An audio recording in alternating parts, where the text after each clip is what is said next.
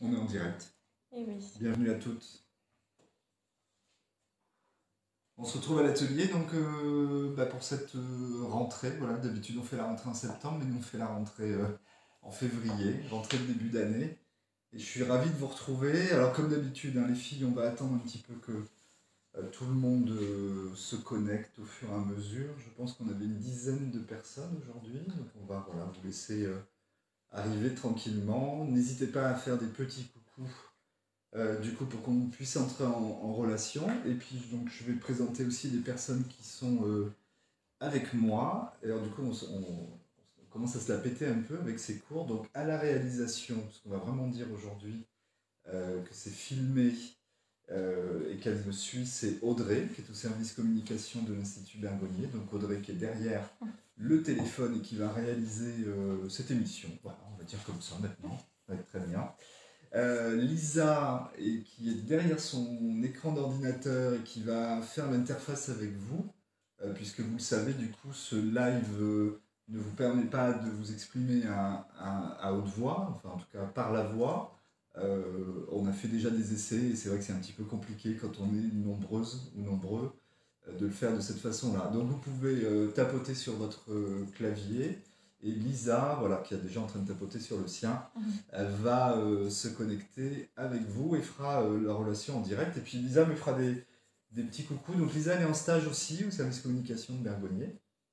Et elle me fera des petits coucous chef quand il y aura des prises de parole. Voilà. Et puis Nathalie, qui est en stage avec moi. Nathalie, vous en entendez parler à chaque fois, puisque ça fait déjà plusieurs mois qu'elle est en stage ici, donc pour passer bientôt ses diplômes de cuisine, et qui m'aide à préparer, voilà, qui est une aide précieuse, puisque elle aide à tout cleaner, policher, pour que tout soit prêt.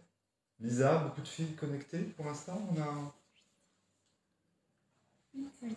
8. D'accord, oui, ce qui était prévu. Ça augmente 11 personnes pour moi. Alors, les filles, je vous le dis, je le répéterai jamais assez, c'est vraiment un moment pour vous, hein, je suis à votre service, donc n'hésitez pas. C'est pas pour moi qu'un simple cours de cuisine, c'est aussi un instant où on échange, où je vous donne des astuces. Vous savez que je suis pas avare d'astuces, hein, je raconte beaucoup de choses autour. Vous allez voir, aujourd'hui on va parler des pois cassés, donc on va aborder la cuisson des légumineuses par exemple. Mais n'hésitez pas, voilà, vous m'interrompez, via le biais de Lisa, vous écrivez vos petites questions, puis Lisa, vous inquiétez pas, elle compacte. Et à un moment, on fait des petites séries, voilà, parce qu'il va falloir aussi qu'on avance. Je vous pose toujours la même question, comme ça, le temps que je présente l'atelier. Qui cuisine en direct? Voilà, vous pouvez le dire à Lisa pour que je sache si je vais plus ou moins vite. Donc, qui va réaliser les deux recettes? Vous avez pris l'habitude aussi de ne pas forcément réaliser les deux recettes. Donc, dites-le à Lisa aussi. Est-ce que vous faites que l'entrée? Est-ce que vous faites le plat? Est-ce que vous enchaînez les deux? Voilà. Pour celles qui souhaitent simplement suivre, eh bien, vous avez aussi entièrement raison. Hein. Comme on regarde une émission de cuisine sur son canapé, ça peut être sympa aussi. Vous êtes très nombreuses à dire aussi que vous prenez beaucoup de notes plutôt que de cuisiner. Et ça me fait hyper plaisir parce que je me dis que voilà, finalement, tous les conseils que je vous donne, vous les notez sur des petits calepins. Alors quand on se verra, je vous les dédicacerai, les calepins. Hein. J'espère qu'on se verra bientôt. Donc je replante le décor, allez, et puis après on démarre. Donc on est dans un atelier qui s'appelle Qu'est-ce qui se mijote? Qu'est-ce qui se mijote? Ça fait maintenant 7 ans, 8 ans que ça dure. C'est une rencontre entre l'ERI. L'ERI, c'est l'espace rencontre information. Les filles, quand vous allez sûrement en parcours de soins à Bergamo, vous avez sûrement dû y passer à l'ERI. Et vous avez peut-être dû remarquer que cette ERI, qui est juste à l'entrée, quand on arrive par le grand parking, a été entièrement refait. On remercie d'ailleurs le Rotary Club hein, qui a financé une grosse partie de cette. Vous savez que Bergo pourrait pas faire grand-chose hein, sans. Enfin, fait beaucoup, mais fait encore plus avec les dons et tous les legs et tous les mécénats qui sont donnés à l'Institut. Donc les est venus me trouver pour mettre en place des cours. Voilà, on voulait que les personnes qui soient en parcours de soins à Bergo puissent aussi bénéficier d'un instant à part. Et vous savez qu'aujourd'hui, on accorde une très grande part à l'alimentation et la maladie. Et beaucoup de professeurs, beaucoup de gens, de nutri, de diététiciens travaillent aussi. Voilà, et on sait que bien manger, c'est aussi se soigner. Voilà. Alors on parlera peut-être si vous voulez Il y a beaucoup de choses, on parle d'antioxydants, de plein de choses, voilà. Donc on va pas faire, je vais pas faire d'alicaments, comme je dis, hein. Je vais pas mélanger les aliments et les médicaments, mais je vous donnerai des petites astuces, mais qui sont plus des remèdes de grand-mère que des remèdes de chef. Et puis je finis de planter le décor en remerciant la société Pomona, qui est une société qui en fait fournit de l'alimentation et d'autres produits à ce qu'on appelle le CHR, c'est-à-dire les collectivités hôtellerie et restauration. Et on pense bien à eux parce qu'on sait que ces entreprises-là, en ce moment, c'est un petit peu compliqué parce que les restaurants sont fermés. Donc Pomona fait un don et notre mécène chaque année à l'Institut Bergonier pour qu'une partie de ces cours puisse être financée. Et moi je fais un autre petit effort, c'est que je facture ces cours un petit peu moins cher qu'ils devraient l'être. Et c'est aussi mon action par rapport à l'Institut. Voilà, donc j'aime pas cacher les choses, donc vous savez tout. Et en tout cas, merci de nous suivre parce que on a été, alors pas étonné, je vais vous dire pourquoi, de votre fidélité, parce que on sait que à partir du moment où on a mis ces lives, parce qu'on pouvait plus se voir en vrai, et j'espère qu'on va les reprendre, hein, ces cours en présentiel, puisque il faut rappeler que Qu'est-ce qui se mijote, ça se passe ici dans mon atelier, qui est rue Pelleport, à Bordeaux, à quelques mètres de la gare Saint-Jean. Et c'est notre volonté. Voilà. On n'oublie pas, et ça fait partie des interrogations qu'on est en train de mettre en place, que lorsque la vraie vie va reprendre, et que ce petit virus là qui nous embête depuis un an maintenant va nous lâcher un petit peu les baskets, on va reprendre les cours en vrai, mais on n'oublie pas que du coup on a créé aussi une communauté avec vous et que vous avez été, ça c'est peut-être ce qui m'a étonné le plus, voilà, de vraiment une fidélité derrière votre écran, d'avoir été là avec nous, d'être là tout au long du cours. Hein. On se rend compte que vous vous connectez à 15 heures et vous lâchez à 17 heures. Et c'est valable pour d'autres cours que je fais aussi.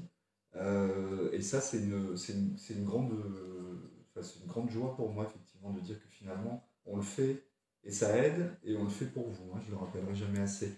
Donc, on travaille aussi là-dessus pour dire qu'est-ce qu'on fera quand on reprendra le présentiel, pour ne pas oublier que pendant plus d'un an, il y aura eu ces cours voilà, en live, streaming, Facebook, Zoom, vous les appelez comme vous voulez.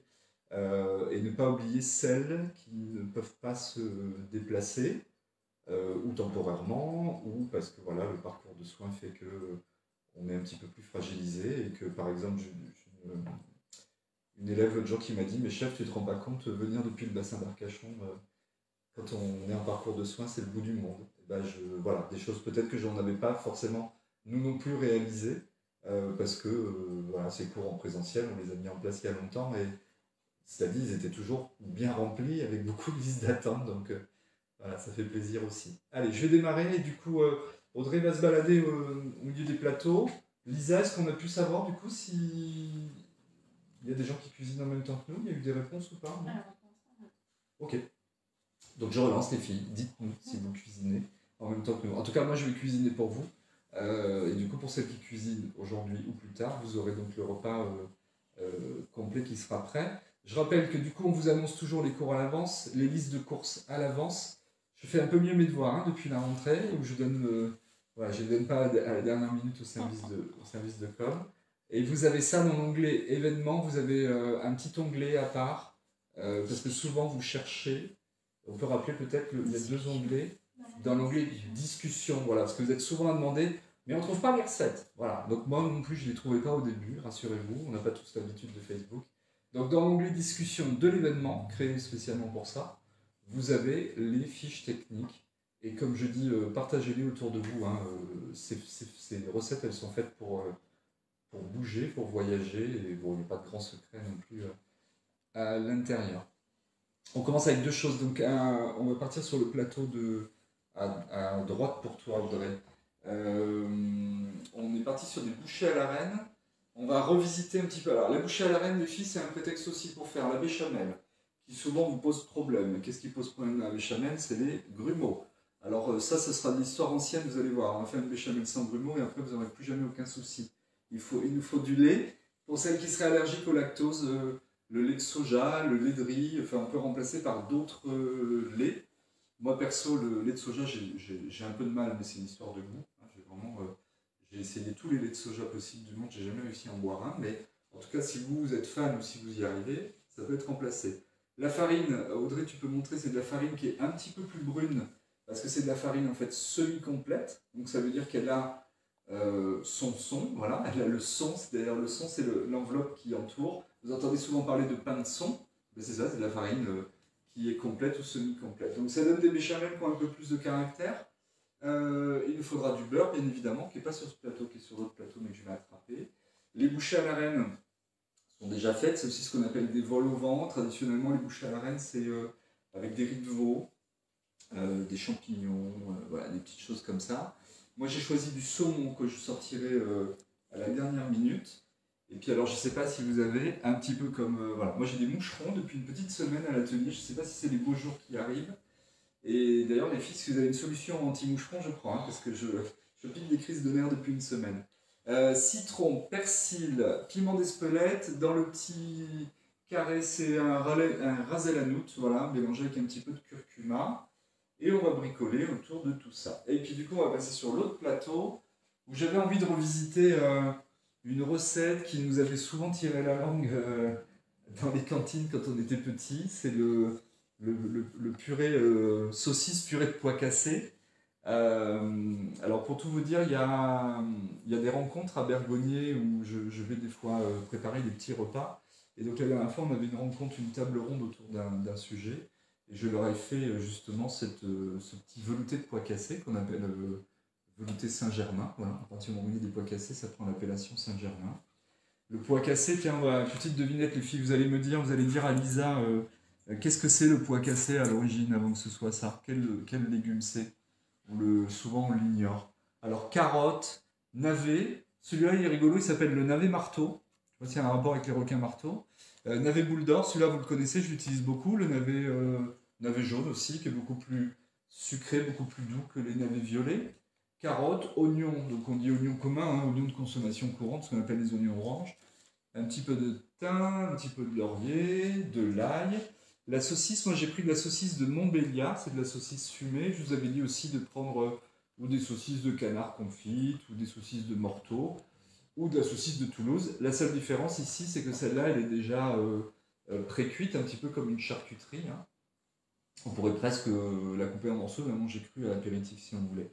Un petit peu de sucre, ça va être pour glacer nos légumes. Hein. On va glacer, je vais vous apprendre à faire des légumes glacés autour de la carotte et du navet.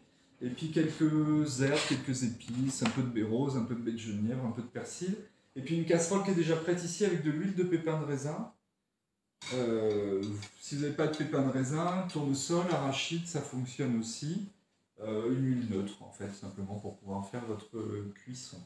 Alors les filles, je vous propose, on va lancer la cuisson des pois cassés, parce que ça prend facilement une petite demi-heure. Et ensuite, je vais bifurquer sur les bouchées à la reine, et puis on reviendra sur le reste de la recette. Est-ce qu'on sait alors qu'est-ce que c'est que des pois cassés? Quelqu'un a trouvé? Vous êtes bien silencieuse aujourd'hui, hein, je trouve.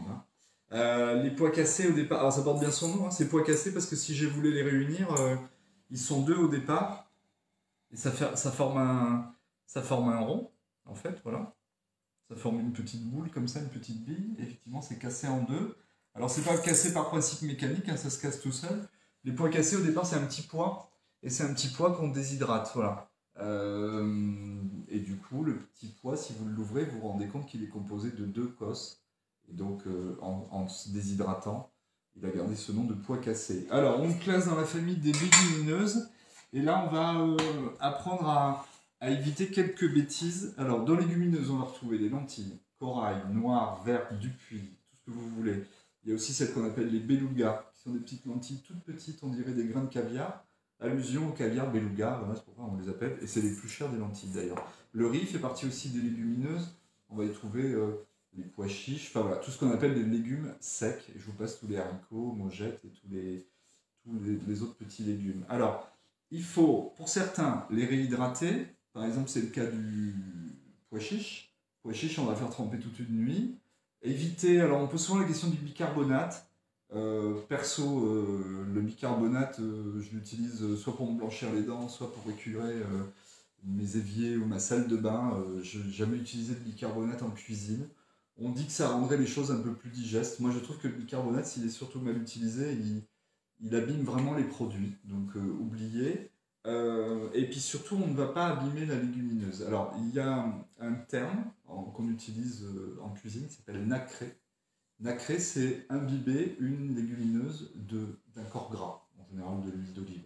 Et nacré, c'est un terme qu'on utilise pour le riz, mais qu'on va pouvoir utiliser pour d'autres choses. Alors, vous allez voir, principe, chose toute bête, on commence à mettre de l'huile dans notre petit faitout. On va s'occuper d'y mettre un demi-oignon pour faire rissoler. Ça, c'est un petit peu comme tout principe de soupe, les filles. Hein, on rajoute un oignon, un ail jeune, un aillé ou quelques gousses d'ail. Et puis, je le rappelle aussi, toujours apprenez à utiliser la température de vos corps gras. En fait, on en parle à chaque cours, mais il y a sûrement des nouvelles à chaque fois. Hein. Tous les corps gras, rappelez-vous les filles, il y a ce qu'on appelle un point de fumée. Ça veut dire que le point de fumée, c'est le point de dégradation de l'huile. Quand on a une huile qui fume dans une casserole et qu'on n'a pas commencé à y travailler, cette petite fumée blanche qui s'échappe vous indique que vous avez dépassé la température autorisée. Alors c'est un petit peu comme sur l'autoroute, hein. Il y a des limitations de vitesse. Et vous verrez que je fais souvent la comparaison entre l'utilisation du corps gras et la conduite. Et bien une première chose à faire, quand on démarre une voiture, on ne démarre pas en cinquième. Hein. On démarre au point mort et on passe les vitesses au fur et à mesure. Qu'est-ce que j'appelle démarrer en cinquième quand on fait une cuisson? C'est ou allumer sa casserole, mettre le feu à fond et au bout de 2-3 secondes mettre l'huile, ce qui fait que l'huile vient taper sur une plaque qui est déjà très chaude et là vous allez flinguer votre huile instantanément, soit de mettre l'huile ou le corps gras directement dans votre poêle et d'allumer le feu à fond, ce qui fait que vous allez saturer votre huile. En fait, on va allumer au fur et à mesure. Vous voyez, moi j'ai des plaques qui vont de 1 à 9, on est sur de l'induction ici à l'atelier. Et là, je me suis mis sur 2 et je vais progressivement chauffer cette huile et au fur et à mesure, je vais monter un petit peu la vitesse. On va s'occuper de l'oignon. Toujours petite cuve, les filles, pour pouvoir poser, débarrasser tout ce que vous cuisinez. Je rappelle qu'une planche à découper, c'est fait uniquement pour faire des choses propres et que tout ce qui est souillé, c'est-à-dire épluchure ou autre, parce que ça a traîné sur les étals, parce que ça a traîné dans les magasins, ou dans les camions, ou dans les transports, ça vous permet simplement de mettre le sale dans un petit récipient. Souvenez-vous, quand on doit s'occuper d'un oignon, tout bête, j'enlève la tête ici, cette partie-là, et sur la partie ici, on va simplement travailler avec le couteau et on va faire une petite incision tout le long de la partie racine. Quand je dis une incision, on est vraiment sur une toute petite pointe de couteau. Une fois que vous avez fait l'incision de ce côté-là, les filles, on va partir de chaque côté, c'est-à-dire ici de la racine vers le haut, et à nouveau dans le sens opposé, de la racine vers le haut. Vous allez comprendre très vite ce que je suis en train de faire, c'est-à-dire que je vais pouvoir tout simplement, le fait d'avoir découpé de chaque côté, je vais pouvoir, regarder, enlever, toujours avec la pointe du couteau, jamais avec vos ongles, hein, parce que vous mettez du jus d'oignon sous les ongles, et du coup après c'est un petit peu compliqué à nettoyer, ça sent fort, donc on n'a pas les mains qui sentent bon, et puis c'est surtout que si vous frottez les yeux après, vous oubliez que vous avez un petit peu de jus d'oignon sur les doigts et vous finissez de vous massacrer les yeux. Quand est-ce qu'on sait qu'un oignon est entièrement épluché, les filles? C'est quand il brille, voilà, Nathalie a répondu avant moi, quand il brille, vous êtes sûr qu'il est propre. Pourquoi s'il ne brille pas, ça veut dire qu'il reste des pelures hein, qui sont pas suffisamment sèches. Je l'ai placé sous l'eau pour 2 raisons. La première, c'est que je veux le nettoyer. Vous pouvez vous rendre compte que des fois, il reste un petit peu de moisissure. C'est un oignon qui a pris un coup et puis du coup, ça s'est stabilisé. Et ça a laissé un peu de poudre. C'est de la moisissure, donc il faut le laver. Et puis, il y a aussi le fait que l'eau que j'ai mise sur cet oignon va servir d'écran protecteur. Vous allez vite comprendre pourquoi il va servir d'écran protecteur pour vos yeux. Regardez, j'ai découpé l'oignon à partie égale de chaque côté du pédoncule que je n'ai pas enlevé. Vous allez voir pourquoi, parce que du coup maintenant, je n'invente pas l'eau chaude, hein. Ça c'est une technique qu'on apprend en CAP BEP. Ici, je vais tout simplement découper dans le sens vertical, vous voyez, et observez bien mon couteau, je suis en train de ciseler. En aucun cas je ne fais ça, je n'appuie. Qu'est-ce qui va se passer? Si vous appuyez, vous sollicitez la structure de l'oignon, donc vous le fragilisez, il y a plus de chances qu'il se casse. Et puis, si vous appuyez trop fort, les filles, vous allez en fait, ça fait gicler le jus de l'oignon, alors que quand on cisèle, il n'y a aucune émanation de liquide. Et c'est ce liquide, hein, vous savez, ce jus de l'oignon, c'est celui-là qui vous fait pleurer. Pourquoi? Parce que le jus agresse votre œil et votre œil fabrique des larmes simplement pour se protéger, hein, pour se nettoyer. Voilà pourquoi on pleure.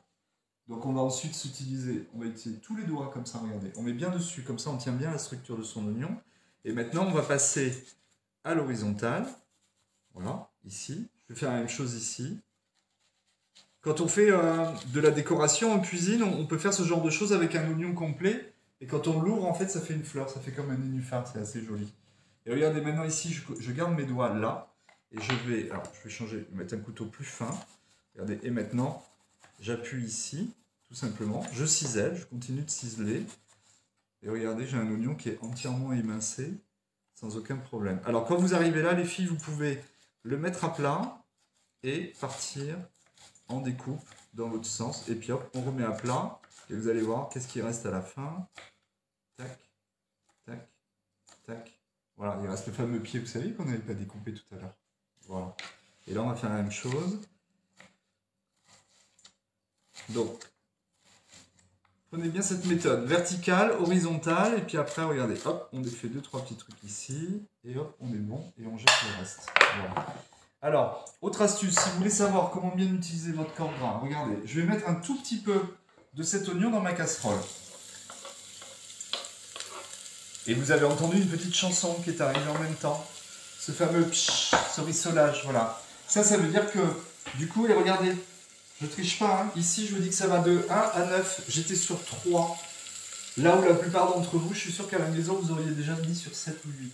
Donc en plus, je vous apprends à faire des économies d'énergie, parce que du coup, on utilise beaucoup moins le compteur électrique. Ici, je vais mettre mes oignons. Et là aussi, regardez le petit principe, toujours avec le dos du couteau.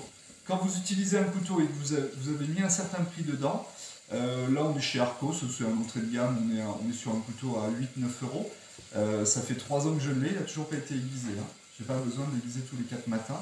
Mais j'utilise le dos de mon couteau. Plus vous traînez votre lame, plus vous allez abîmer votre couteau. Donc quand on veut traîner quelque chose sur une planche, ça c'est un principe, toujours avec le dos du couteau. Voilà, on va laisser simplement mijoter. Vous vous fiez à l'oreille, c'est-à-dire que tant que vous avez ce bruit, qui est toujours le même, qui n'est pas trop fort, c'est que tout se passe bien. Dites-vous que le bruit va avec la cuisson, c'est-à-dire que tant qu'il y a du bruit, on a aussi ce qu'on appelle une évaporation, on va vite voir arriver une certaine vapeur. Cette vapeur, vous pouvez l'observer aussi, les filles, je vous le répète à chaque fois, mais si elle devient très opaque, très épaisse, c'est qu'on va plus vers de la fumée que de la vapeur. Et ça veut dire que ça brûle. Donc on réduit. Par contre, dites-vous que si vous n'entendez plus le bruit, ce fameux rissolage, ça veut dire que votre feu n'est pas assez fort. Ça veut dire qu'à un moment, il n'y aura plus d'évaporation. Et que l'eau qui normalement part en vapeur va, elle, retomber dans la casserole. Et vous allez vous retrouver avec de l'eau dans votre casserole qui va se mélanger à l'huile. Et à partir du moment où il y a de l'eau dans l'huile, il n'y a plus aucune friture possible. Il n'y a plus aucun rissolage possible. Ce qu'on appelle un petit accident de cuisson, en général. Voilà. Je laisse rissoler. Et ensuite, on va rajouter la légumineuse. Alors, principe, quand on rajoute sa légumineuse, vous pouvez le faire avec du riz, pareil. Et on va voir aussi comment faire des cuissons au four. On va stopper son feu, tout simplement. Pourquoi? Parce que la légumineuse, elle, il ne faut pas qu'elle soit rissolée. Et il y a une erreur monumentale qui est faite notamment dans les recettes de risotto. Et je regardais l'autre jour, j'avais encore un magazine de cuisine entre les mains et je regardais, je dis allez tiens, je vais quand même regarder la recette du risotto.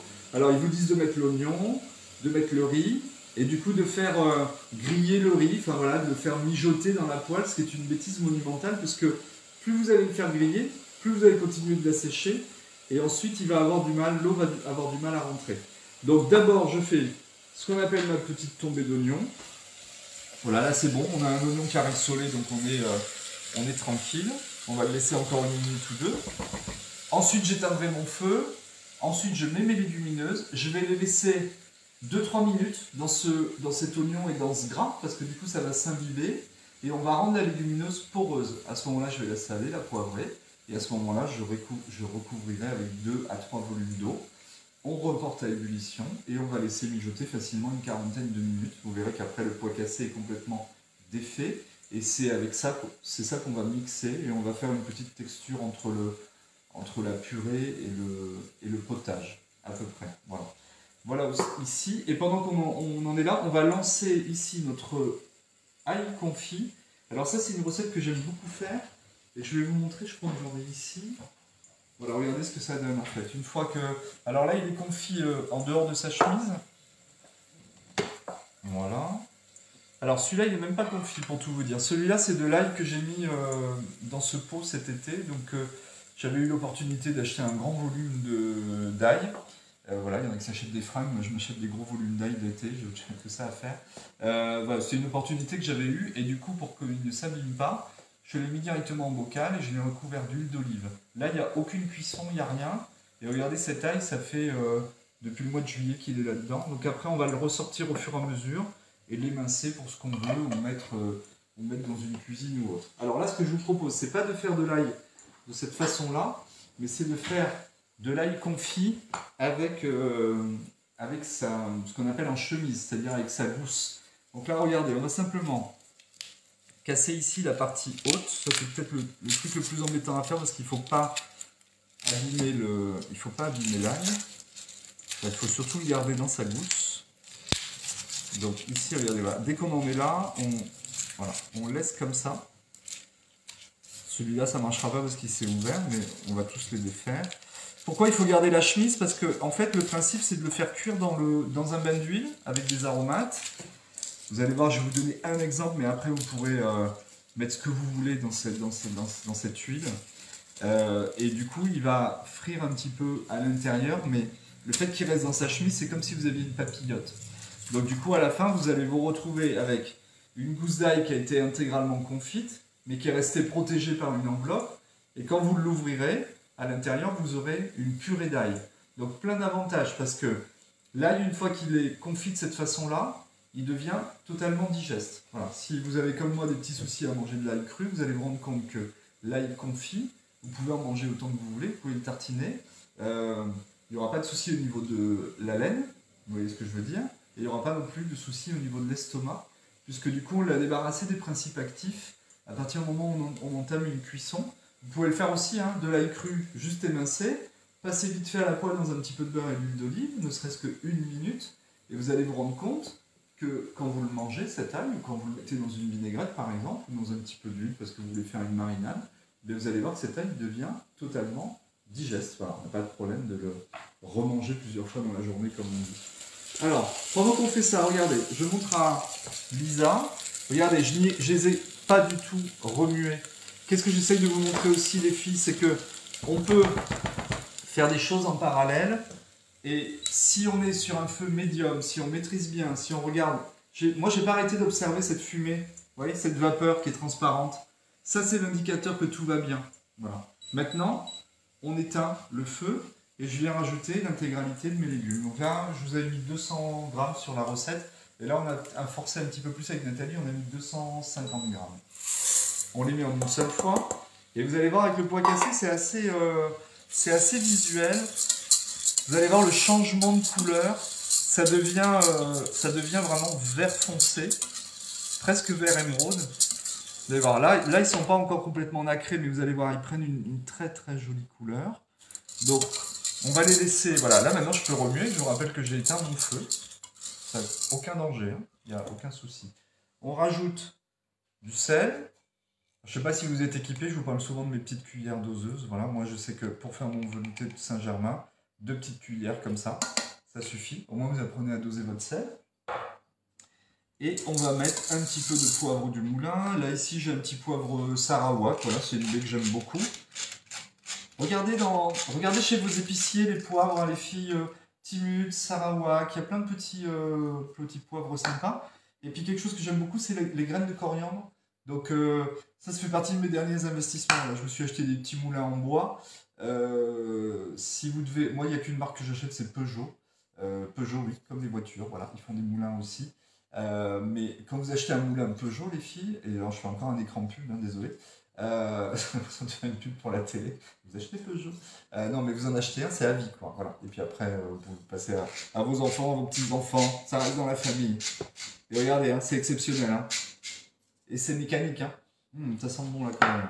Voilà. Hop. Ici. Allez, je vous remontre. On va montrer à Lisa, regardez. Voilà, on voit bien.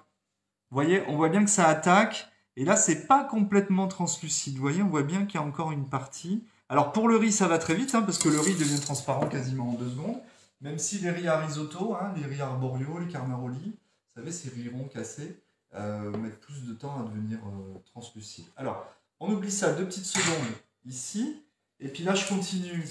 Regardez, on a un bel ail rose, là. Voilà. Hop.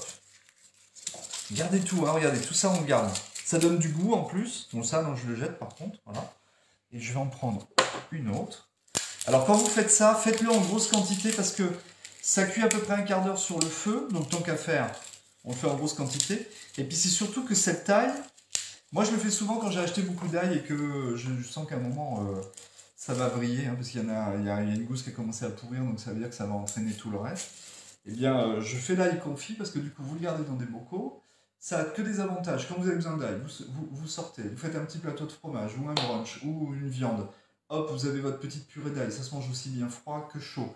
L'huile, vous la gardez, les filles. Une fois qu'il n'y a plus de gousse d'ail dedans, vous récupérez l'huile pour mettre dans vos vinaigrettes. Par exemple, vous avez une vinaigrette et vous prenez 2 cuillerées à soupe de cette huile qui a un goût d'ail assez fantastique. Et hop, ça fait une vinaigrette qui a un petit goût aillé. Vous voulez monter une mayonnaise? Vous montez d'abord avec cette huile d'ail qui est dans votre bocal, et puis après vous finissez évidemment avec pépins de raisin ou tournesol, parce que si, voilà, et on a un petit aioli.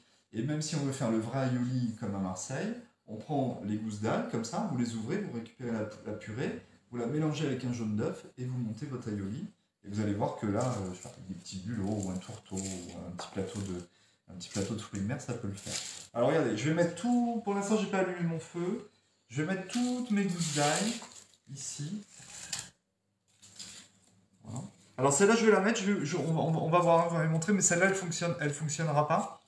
Pourquoi? Parce qu'à partir du moment où il n'a pas sa gousse, l'huile va venir attaquer la gousse d'ail trop méchamment. Et alors l'ail, s'il est surcuit, et surtout en dehors de la gousse, ça devient du chewing-gum en fait. Alors que quand vous mâchez, c'est vraiment un chewing-gum, ça ne peut plus se manger. Donc si un jour vous faites ce genre de cuisine et que vous avez toutes vos gousses d'ail qui sont comme du chewing-gum à l'intérieur, c'est que, ça m'est arrivé une fois, hein, n'ayez pas faire des bêtises, c'est que vous avez mis le feu beaucoup trop fort et du coup vous avez surcuit votre ail. Alors ici je rappelle, huile de pépins de raisin et donc gousses d'ail, on va mélanger légèrement avec une cuillère. Voilà. Les feuilles vous allez voir parce que du coup on les récupère, on les met dans les bocaux et ça fait super joli. Et la prochaine fois je vous montrerai une recette de citron confit à l'huile aussi, comme ça, pareil, et qui est assez sympa. Et quand on a trop de citron ou autre, ou qu'on veut garder, ça sert aussi. On va mettre quelques baies roses. Alors, les baies roses, pensez à les effriter gentiment avant de les mettre, parce que si vous les effritez pas, ça sert à rien d'en mettre. Hein. Elles ne libèrent pas leur saveur. Vous voyez, celles-là, elles sont bien sèches. On me demande souvent où je prends mes épices. Moi, je recommande les yeux fermés parce que ça fait des années que je bosse avec eux. Si Lisa, tu veux zoomer un petit peu, c'est Saravan, ils sont sur le bassin. Et franchement, ils ont un site internet, ils ont tout ce qu'on veut. Il n'y a pas que, hein, mais en tout cas, eux, ils le font bien. Et donc, c'est Florence et Yves Dubus qui sont derrière ça. Des baies de genièvre, ça, on a moins l'habitude d'en utiliser. Alors, la baie de genièvre, là, je me suis un petit peu lâché, on va en prendre que 3 ou 4. Ça aussi, ça sent très très bon. Hein. Si vous voulez faire un petit cocktail, vous effritez dedans. Ça se met avec du poisson aussi, ça sent très très bon. Et regardez la baie de Genève comme je l'utilise. Je viens vraiment, avec les ongles, là, je viens vraiment la défaire. C'est là où elle libère tout son arôme. Les filles, vous avez déjà senti une baie de Genève comme ça? On va en donner une à goûter. Et vous pouvez même la mettre dans votre bouche. Hein. Vous pouvez la croquer un petit peu. Alors après, par contre, si vous voulez goûter une baie de genièvre, vous mettez dans votre bouche, vous mâchez un petit peu. Mais par contre, après, il faut... en général, ça se recrache, quoi, parce qu'il y a toute une partie un petit peu peau et haute. Voilà, on défait là. Et franchement, ça sent le gin un petit peu, hein, d'ailleurs. On va rajouter fleur de sel. Et là, tiens, on est parti sur l'huile de raie, pour une fois. Voilà, ça peut être fleur de sel, ça peut être gros sel gris aussi, vous mettez ce que vous voulez. Voilà. Et puis je vous avais parlé d'un petit peu de thym, voilà, on met un peu de thym.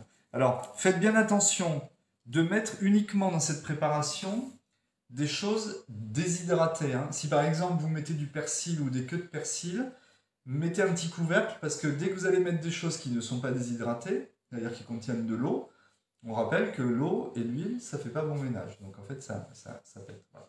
Donc ici, j'allume mon feu. Et pareil, là, je vais le mettre sur 4-5 parce que c'est pas, j'ai quand même une grosse quantité d'huile. On va commencer à laisser frémir. Et dès que ça frémit, je baisse mon feu et je laisse une dizaine de minutes comme ça, à feu tout doux. Ça va confire gentiment. Là où il sera excellentissime, c'est qu'après, vous le mettez en bocal.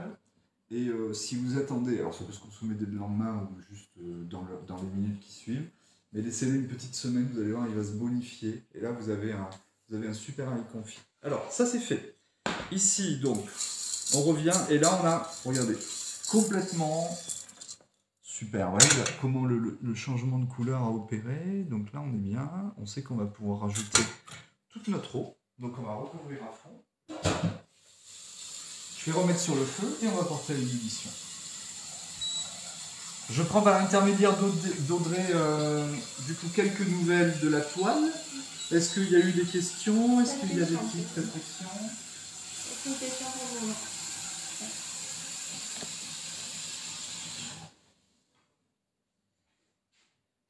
Je vais vous donner des informations un peu moins complètes, comme ça vous allez poser des questions, parce que vous m'avez mal habitué, hein. D'habitude vous posez plein de questions les filles.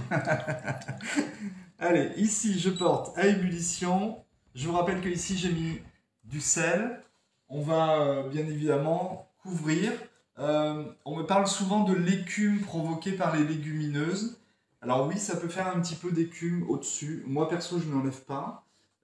Si ça vous chagrine, vous prenez une écumoire, parce que c'est féminin, une écumoire, et un petit peu d'eau. Je ne sais pas si vous savez comment on utilise une écumoire.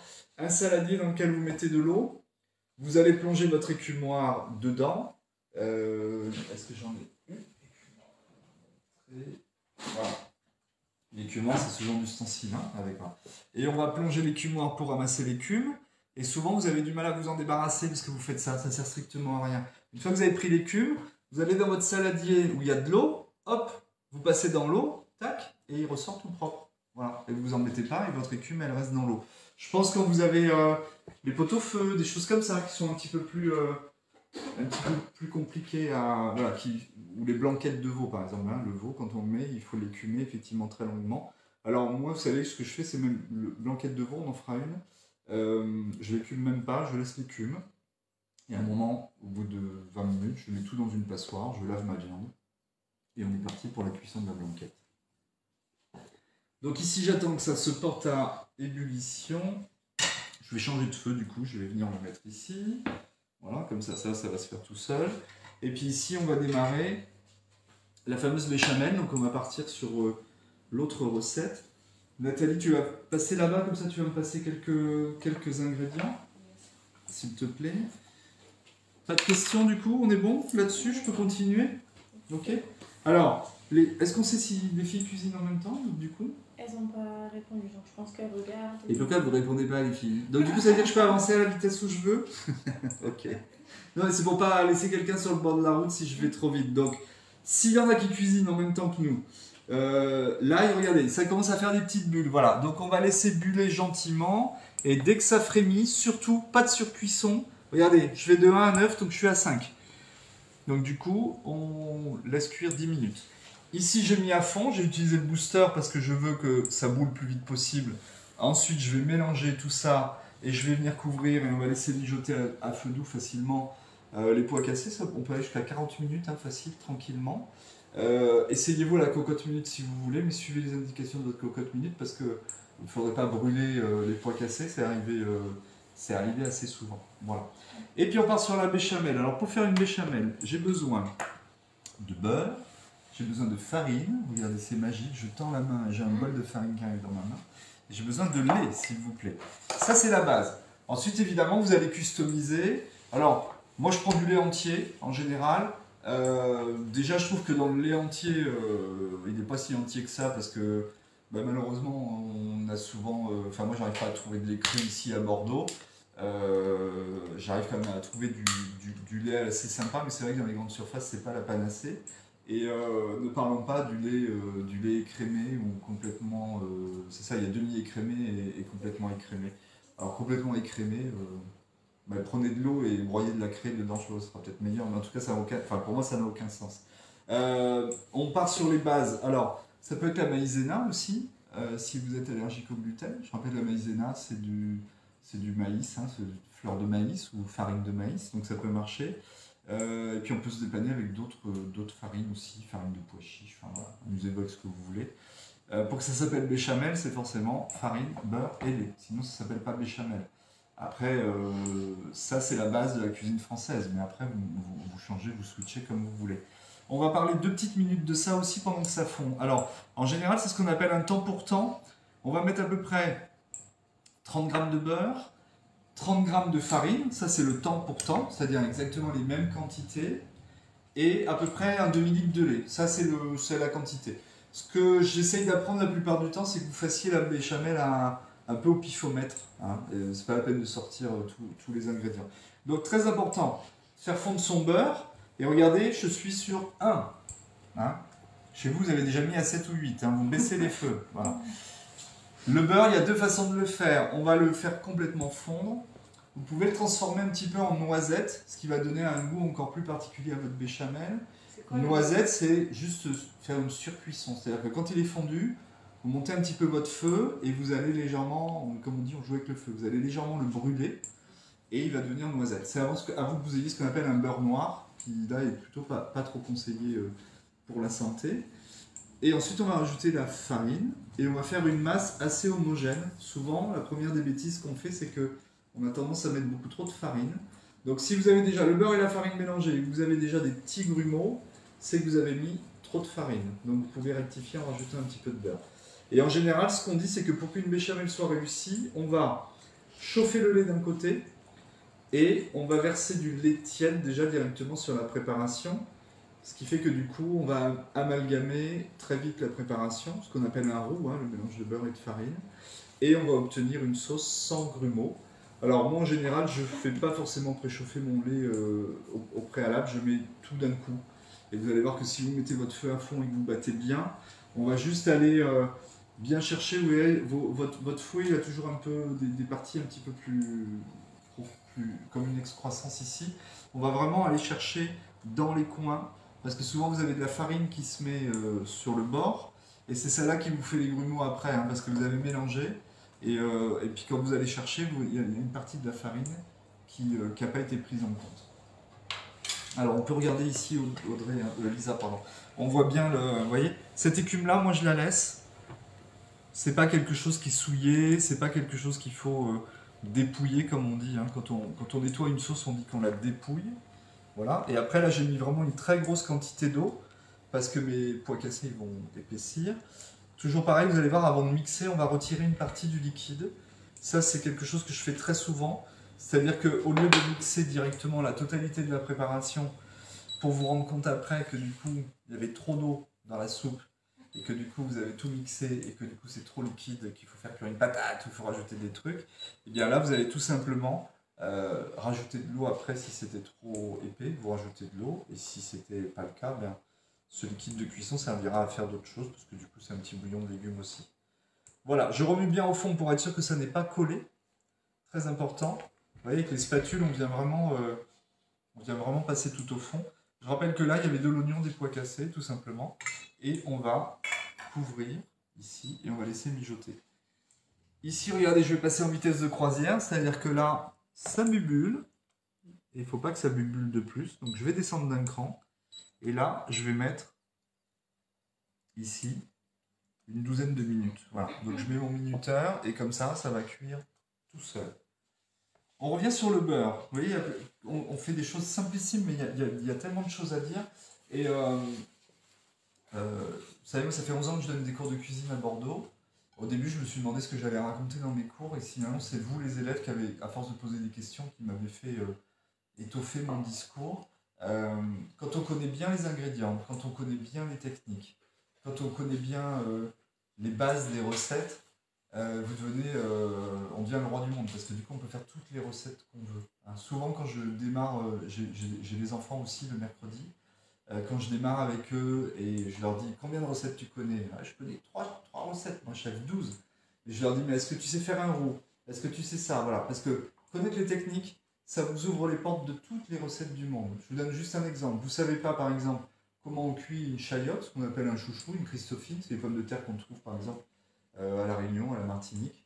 Par contre, si on vous dit que ça se cuit, ça se cuit un peu comme les pommes de terre d'ailleurs, il y a juste un noyau à l'intérieur, et que ça peut se faire rissoler après, que ça peut se faire mixer, eh bien vous savez, voilà, vous savez cuire les pommes de terre, donc vous savez cuire le reste. Et donc souvent, quand on va à l'étranger ou qu'on a des choses qu'on ne connaît pas, eh bien, on cherche un point de référence dans ce qu'on connaît, et ça nous permet d'aborder la suite.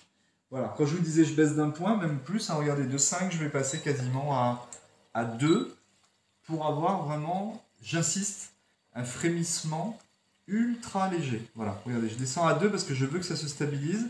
Et si ça frit trop, je vais retrouver de l'ail chewing-gum et pas de l'ail en purée. Très important. On revient sur le beurre et vous voyez, je ne l'ai pas mélangé le beurre pour vous montrer. On vous parle souvent de beurre clarifié. Le beurre, il est composé de 2 éléments, hein, ce qu'on appelle la caséine et le bas beurre. Et vous voyez, tout ce qui est au-dessus, c'est normalement la partie qu'on est censé enlever. C'est-à-dire que quand on veut clarifier un beurre, on veut récupérer du beurre clair. Le beurre clair, je vous le montre, c'est toute cette partie-là. Et on se débarrasse des petites îles qui sont au-dessus. Vous voyez, ça fait comme un peu sur la planète Terre, ça fait des petites îles. Alors, forcément, pour clarifier du beurre, c'est un petit peu compliqué parce que il faut le faire avec des grosses quantités, des casseroles beaucoup plus réduites. On va avoir des volumes beaucoup plus hauts. Et on va pouvoir, avec effectivement un petit écumoire ou avec une petite cuillère, enlever la partie haute. Sinon, il y a un moyen très simple aussi, c'est avec une feuille de papier absorbant suffisamment épaisse. On vient poser dessus, ça va attraper cette petite écume et vous allez vous en débarrasser. Pourquoi clarifier du beurre? Parce que dans certaines recettes, les hollandaises, les béarnaises, on vous demande de monter avec un beurre clair. Vous pouvez le monter avec du beurre qui n'a pas été clarifié, ça marche aussi. Ça fait des sauces qui sont un peu plus légères. Et le beurre clarifié, on s'en sert souvent parce que en cuisson, on s'est rendu compte que un beurre clarifié brûle beaucoup moins vite qu'un beurre qui a la totalité de son composé au départ. Donc ce que vous enlevez dessus, là, la caséine, c'est la partie fragile. Nous, en cuisine, on a un truc très simple, c'est que quand on veut cuisiner avec du beurre, on va mélanger notre beurre avec un peu d'huile d'olive. On attend que ce soit fondu, on mélange les deux et on monte le feu et on a un beurre qui tient la route. Voilà, simplement en lui rajoutant un peu d'huile de pépin de raisin ou un peu d'huile d'olive. Donc ici, je vais rajouter mes 30 g de farine, qui correspond à peu près à une cuillère et demie. On va mélanger, je vais vous montrer, il faut que vous ayez vraiment comme une pâte et pas quelque chose de granuleux.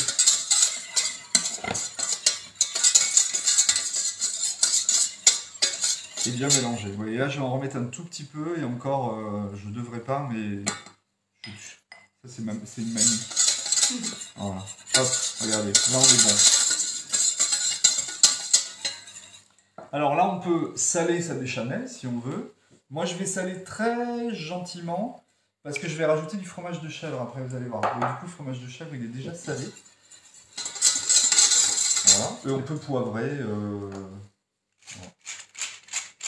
Je suis dans ma période poivre. Hein. Je vous avais dit que j'utilisais jamais de poivre, mais c'est vrai. Et là, depuis que j'ai acheté les moulins, là, en fait, j'avais plein de poivre de Saravane dans mes tiroirs et que j'utilisais pas, donc voilà, c'était l'occasion. On va mettre le feu à fond et regardez, je vais mettre mon lait directement. J'ai mis à peu près la moitié de la bouteille. Là, vous avez le droit de monter, voilà. Là, on peut démarrer un 5e, on a le droit pour une fois. Et là, on mélange bien et on a tout ce mélange qui va épaissir. Donc, je vais bien chercher dans les coins. Normalement, hein, j'ai jamais de grumeaux, donc j'espère que ça va le faire aussi aujourd'hui. Lisa va me porter bonheur, vous allez voir, ça va marcher. On va avoir une béchamel qui ne sera pas blanche dans le sens où, comme j'ai utilisé de la farine semi-complète, et puis de toute façon après on va y mettre des épices, on va y mettre du chèvre, donc je ne cherchais pas à avoir quelque chose de blanc. Et ici on va rattraper. Ces bouchées à la reine, vous allez voir que vous allez pouvoir les faire de plein de façons différentes. Moi je mets du chèvre, on peut mettre du bleu, du roquefort, n'importe quel fromage persillé. On peut mettre Alors, des fromages qui fondent, ça sert à rien parce que ça donnera pas de goût. Mais en tout cas, voilà, toute la famille des chèvres ou toute la famille des fromages persillés, on peut. On peut mettre du piment d'Espelette, on peut mettre du curry, on peut mettre du ras el hanout. Enfin bref, vous l'aurez compris, vous pouvez mettre n'importe quelle épice. Et puis dans les choses un peu vertes, on peut y mettre de l'estragon déshydraté, un petit peu d'échalote déshydratée, ou un peu de cerfeuil ou de persil déshydraté. Et là, vous allez voir, ça se réhydrate avec la béchamel. Si vous avez l'habitude de faire chauffer votre lait avant pour faire votre béchamel, eh bien, mettez déjà ces herbes déshydratées dans votre lait, parce que du coup, en tiédissant, hein, en se réchauffant, ça va rehydrater votre herbe. Allez, c'est en train d'épaissir. On va voir aussi que la béchamel, elle change un petit peu de couleur hein, quand ça épaissit. On voit que ça devient un petit peu plus crayeux, hein, un petit peu moins blanc. Voyez, on voit là, voilà, ça commence à épaissir gentiment. On va, vous voyez, je vais bien chercher dans les coins ici pour être sûr. Si vous ne cessez pas de tourner, c'est-à-dire là, si vous allez voir des grumeaux, c'est que là, j'arrête, je laisse mon fouet dedans, je vais faire du Facebook ou de l'Instagram et je reviens. Et là, c'est sûr que j'ai des grumeaux. Si vous remuez sans arrêt, regardez. Et puis, on fait quelque chose qui reste quand même un petit peu liquide. Voilà, regardez, je vous montre pas, hein, je fais tout. Je prends des risques hein, parce que je fais tout en direct avec vous. En plus, ça, j'ai fait au pif, hein, j'aurais pu me planter. Regardez, regardez, regardez les filles. Voilà, ça y est. Je baisse mon feu. Voilà. Je vais vous montrer. On va prendre une cuillère. Alors, par contre, vous le sortez du feu. Voilà, faut pas que ça reste là. Il y a de l'huile dessus, bon, c'est bon. Regardez, normalement, on dit qu'une béchamel, ça doit napper le dos de la cuillère. Donc, quand on dit que ça doit napper, voilà ce que ça doit donner. Ok ? Napper, c'est quand ça reste dessus et qu'il y a quand même une petite coulure, mais ça nappe. Les petits points que vous voyez, donc on va retrouver le poivre et la farine semi-complète. Hein. C'est ce qu'on voit aussi à l'intérieur de cette préparation. Voilà. Ici, je vérifie que pour mes pois cassés, tout va bien. Et vous allez voir que ils ne sont pas complètement explosés. Hein, ils commencent à se réhydrater au fur et à mesure. Et le fait qu'on les ait plongés dans l'huile, hein, souvenez-vous, ça va permettre tout simplement que l'eau rentre beaucoup plus facilement à l'intérieur. On n'a pas fini avec la béchamel. Hein. Hop, on revient ici. Pas de questions là sur la béchamel? Combien d'entre vous font des grumeaux d'habitude? Je blague, moi ça m'arrive aussi. Hein. On a beau connaître toutes les techniques, les astuces, les machins, il y a toujours un moment où on fait une bêtise. Regardez, ça c'est nickel chrome. Et là, regardez, je suis vraiment passé en vitesse de croisière maximale, ça y est. On part en croisière, regardez, je suis sur 1, voilà. Et ça mijote tout seul. Ça c'est parce que je suis sur de l'induction, donc sur de l'induction, il n'y a pas d'inertie. C'est-à-dire que souvent, si vous avez des plaques, alors pour que vous sachiez un petit peu de quoi on parle. Cette plaque-là en verre, les filles, c'est ce qu'on appelle une plaque vitrocéramique. La vitrocéramique, c'est le revêtement en verre. Ensuite, on va avoir des plaques vitrocéramiques à radiant, c'est les premières qui sont sorties, c'est-à-dire que quand vous regardez, on voit une résistance qui s'allume et qui est rouge, donc il peut avoir plusieurs formes. Ça, c'est les plaques vitrocéramiques à radiant. Et la petite sœur, c'est la plaque vitrocéramique halogène. C'est quand ça fait un peu rose et que quand vous regardez, ça peut même éblouir un petit peu. Voilà, c'est un tube halogène. Des fois, il y avait même des mix qui étaient moitié radiant, moitié halogène. Le défaut de ces plaques-là, c'est que c'est un peu comme les plaques chauffantes électriques. Elles chauffent, mais elles viennent vous chauffer aussi la plaque de verre. Donc du coup, la plaque de verre, même si vous avez éteint, continue de restituer de la chaleur. Et du coup, vous voyez, par exemple, moi, sur de l'induction, ça s'arrête de suite. Je vais vous montrer. Hein, Donc l'induction, c'est un peu comme le micro-ondes. Hein, ça vient traverser. Donc il faut avoir une casserole qui a un cul assez épais. On dit que normalement, il faut que ce soit aimanté. Comme ça, les ondes passent au travers. Si je mets ma main ici, regardez, donc du coup, je ne me brûle pas parce que du coup, ça n'a pas autour. Et je peux éventuellement aussi poser ma main. Je ne vais pas la laisser hein, parce que je vais me brûler. Et vous voyez, ça avec de l'induction, on a beaucoup moins de risques. Et ce qui est très bien aussi avec l'induction, c'est que quand vous voulez nettoyer, regardez, ça c'est un épat de belle-mère. Vous allez épater votre belle-mère, elle va rentrer, elle va dire, mais comment ça se fait que ma belle-fille, elle salit jamais sa cuisine? Regardez, soit vous faites ça, soit vous bloquez, c'est-à-dire vous mettez la clé ici, parce qu'avec la clé, vous allez pouvoir passer sur tout le bandeau. Voilà, ça refait petit écran pub je vais faire de la télé bientôt, hein, regardez. Hop, voilà, avec ça, vous avez votre écran. Pourquoi j'ai mis le verrou? Parce que si vous ne mettez pas le verrou, les filles, vous pouvez, regarder, simplement en passant dessus avec le torchon, vous pouvez changer tout le bandeau. Voilà. On met dessus, tac. La plaque sur laquelle je travaille, là, aujourd'hui, elles ont 11 ans, hein. je les utilise quasiment tous les jours. Voilà. Et vous avez vu que ça n'empêche pas de... Alors, ça fait des micro-rayures. Au début, ça fait un peu mal, hein, surtout quand on l'a payé un peu cher et qu'elle est neuve. Mais après, voilà, ça se patine sans aucun problème. On va rajouter fromage de chèvre. Regardez, regarde, c'est magique. Je tends le bras, tac, et je dis fromage de chèvre dedans. Merci Nathalie. Donc là, ici, j'ai pris une bûche de chèvre classique. Là, je sais pas, mon fromager était fermé, donc je me suis dépanné en grande surface. Je crois que c'est une bûche de... Je crois que c'était du Sainte-Maure d'ailleurs. Hop, ici. Je vais enlever cette partie-là qui a vraiment du mal à fondre. Voilà. Et là, vous allez voir, j'utilise... Alors, les enfants, ils adorent ce genre de béchamel parce que quand vous avez mis du chèvre à l'intérieur et qu'il a fondu, quand on mange la béchamel, on se demande le petit goût que ça a. Et alors, moi, j'ai choisi du saumon, mais si vous mettez de la truite ou vous mettez autre chose, vous allez voir, c'est assez fantastique. Il n'y a pas besoin d'en mettre beaucoup. C'est une béchamel que je fais souvent quand j'ai un reste de chèvre ou je ne sais pas trop comment l'utiliser, je vais le mettre dedans. Regardez, ça, je m'en sers du coup de pastille parce que ça va éviter à mon chèvre de s'altérer. Et regardez, hop, c'est magique. Tac, voilà. En fait, il y a Nathalie qui est dans le coin. Voilà. Allez, j'ai plus besoin du lait. On va remuer la totalité. Et je vais demander à Nathalie du coup d'allumer le four parce que dans pas longtemps, on va aller mettre tout ça au four. Je vais remettre ici ma béchamel. Et vous allez voir, votre chèvre, il va fondre. Alors, si vraiment vous vouliez quelque chose qui n'a pas de grumeaux de chèvre ou qui n'a pas de morceaux, mais là, c'est différent, c'est pas des grumeaux de farine. Donc, voilà, hop, on éteint. Il y a un petit peu de texture. Vous pouvez aussi, avec un petit mixeur plongeur, venir mixer votre béchamel. Et du coup, en fait, ce que vous avez, c'est la peau, hein, c'est ça hein, qui est en train de fondre. Faire ça avec du chèvre frais aussi, avec de la brousse si vous voulez. Voilà. Et dernière petite chose, parce que je voulais aussi donner un goût supplémentaire, on va mettre un petit peu de ras el hanout. Nathalie, tu vas me passer aussi le piment d'Espelette, voilà, pour vous montrer que soit on aurait pu mettre... ça c'est un chef qui me l'a donné, c'est la maison Cap de Vielle, traiteur à Bordeaux, qu'on salue aussi, parce que les traiteurs, tenez le coup les gars, on va y arriver. Café avec les piments de son jardin, qui m'avait offert ça l'an dernier.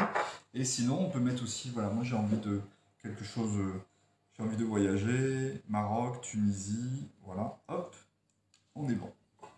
Ici, voilà. Ces bases de béchamel vont vous servir pour faire des lasagnes. Souvenez-vous, on avait fait des cannelloni, voilà, on peut faire, ça sert dans plein de préparations. Et je vous parlais du petit coup de mixeur aussi, mixeur plongeur. Ça peut aussi vous dépanner si vous avez fait des grumeaux et que vous ne vous en sortez pas. Vous remettez un petit peu de lait, un petit coup de mixeur plongeur et vous sauvez votre béchamel. Voilà. Écoutez, là je ne peux pas faire mieux les filles, hein. Regardez, on est bon, voilà. Et je vais laisser ça ici gentiment. Hop, on revient ici. Je vais demander donc, à Nathalie de me donner les bouchées à la reine. Alors ça existe en rond, en carré, en triangle. Pour les fêtes, c'est assez rigolo. Vous l'achetez en tout petit. Du coup, vous faites des mini bouchées pour l'apéritif, c'est assez rigolo. Ça existe en beaucoup plus petit, donc on pourrait faire des petites bouchées, la même recette. La seule chose, c'est que le saumon, comme c'est du saumon frais qu'on coupe en cubes, soit vous en faites carrément de la charpie et vous le mettez dedans, parce que dans une toute petite bouchée à la reine, vous n'allez pas pouvoir mettre grand chose. Alors, je vous montre ici, vous allez défaire. On aurait pu les faire maison, hein, ça veut dire qu'il aurait fallu faire du feuilletage. Hein. Donc, le feuilletage, faites savoir à Audrey qui du coup s'occupe de l'interface avec vous, si vous voulez qu'on en fasse, mais c'est quand même quelque chose d'assez technique. Et souvent, on s'en sert pas après. À mi-hauteur, il y a une autre couche. Puisque je rappelle en fait que le feuilletage, c'est on a mis 2 anneaux de pâte feuilletée, l'une sur l'autre, qu'on a collé. Le premier anneau est monté jusque là, le deuxième anneau est monté jusque là. Et en général, au moment où on a mis nos 2 cercles, on a fait une petite empreinte avec un emporte-pièce. Et c'est ça qui a dessiné le chapeau. Voilà. Donc du coup, vous avez autant de feuilles que la pâte feuilletée vous a fait de feuilles en montant. La même pâte feuilletée qu'on utilise pour les millefeuilles, pour les pithiviers, enfin voilà, pour d'autres recettes de pâtisserie. Donc ça, vous le cassez, vous le laissez au fond. En général, je donne juste un petit coup de couteau ici pour agrandir ma bouchée. Ne faites jamais de cette façon-là, c'est-à-dire en hauteur et vous tapez, parce que là vous êtes sûr de passer au travers. Votre boucher, si vous lui avez crevé le plancher, il n'y a plus rien à faire, hein. C'est fichu, ça va couler autour. Voilà. Et on agrandit bien dedans, parce que comme on est gourmand, on essaye de faire... C'est jamais assez grand une bouchée à l'arène. Hein.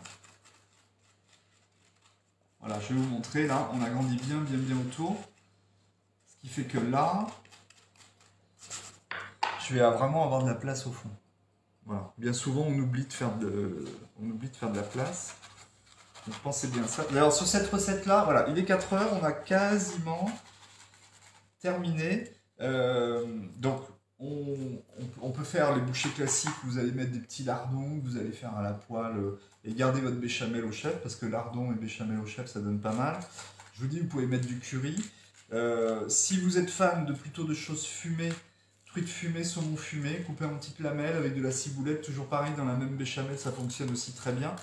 Par contre, les filles, si vous faites truite fumée, saumon fumé, aucune adjonction de sel dans votre béchamel ni ailleurs. C'est-à-dire que vous faites votre béchamel, beurre, farine, lait, tradit, vous mettez votre chèvre, parce qu'au moment où vous allez mettre votre saumon et votre truite fumée dans la béchamel, ça va lâcher énormément de sel. Donc si vous avez mis du sel en plus dans la béchamel, vous allez vous retrouver avec un truc sursalé, et franchement, ce sera vraiment pas bon du tout.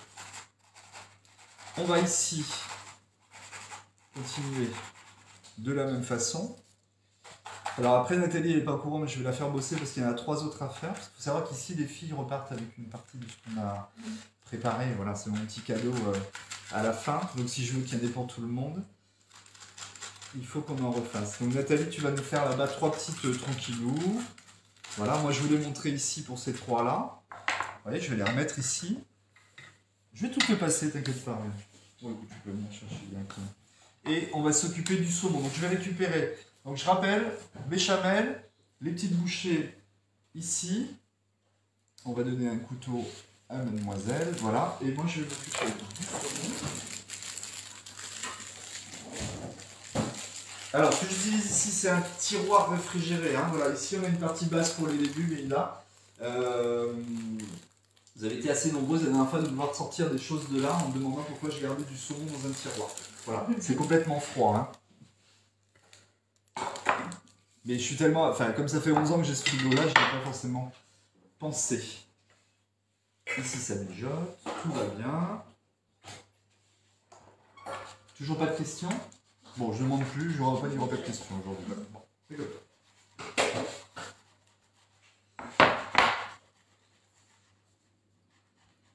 Ici, donc ça c'est pavé de saumon avec sa peau. Ici on l'a juste lavé à l'eau froide tout à l'heure. Et on l'a mis sur un petit papier absorbant, voilà, pour que l'excédent d'eau ne nous dérange pas. Vous allez voir que finalement dans des bouchées à l'arène, on utilise vraiment très peu de saumon. Alors si vous voulez enlever la peau, c'est avec ce qu'on appelle un filet de sol. C'est le seul filet, c'est le seul couteau de la gamme qui est flexible en fait. Hein. Tous les autres couteaux sont des couteaux, regardez, qu'on ne peut pas tordre aussi facilement.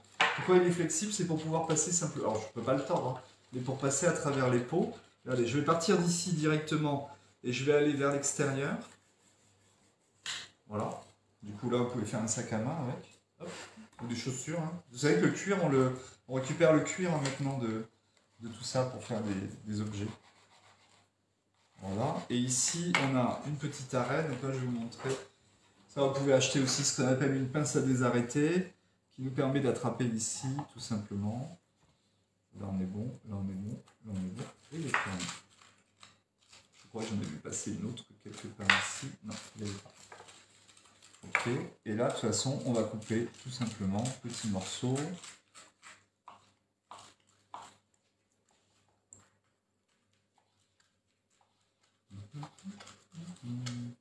Donc je chante, je fais comme si j'étais tout seul dans ma cuisine en fait.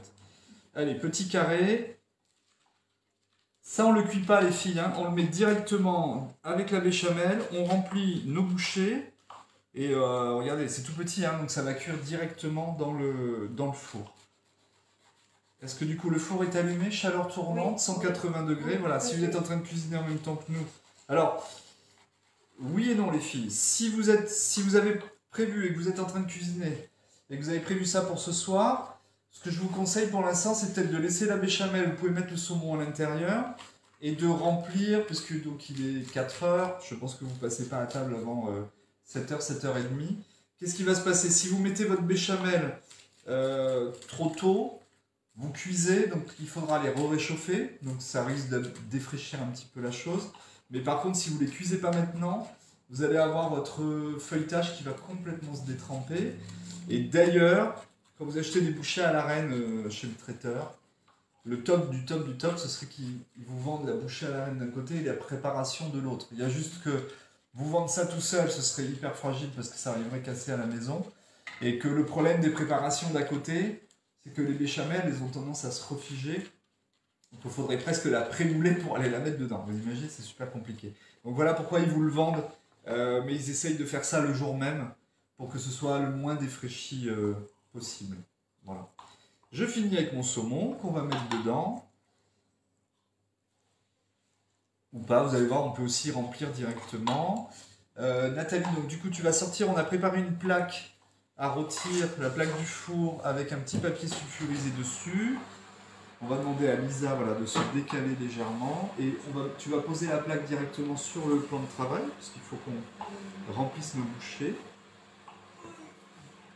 Non, non, sans manip directement. À main nue. Mais bien Non, sûr. mais manip, vous inquiétez pas, je suis pas un barbare. Hein. Tu me fais le même truc que la plaque, là, c'est ça? C'est ça, voilà. Ah, Ici, c'est Attention, bon. c'est chaud, hein, d'accord? Oui, oui, oui, oui. Non, je parlais À Lisa. à la Ok. bonne famille. Hop là.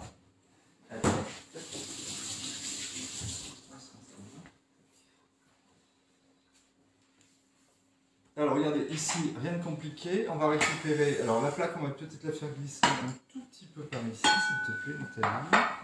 Sur la partie centrale ici.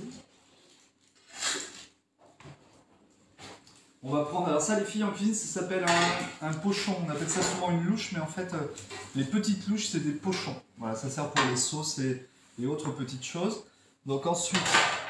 Ça, par exemple, c'est la recette idéale pour le dimanche. Hein. C'est sympa, hein, une petite bouchée à la reine en entrée comme ça, avant de démarrer le repas.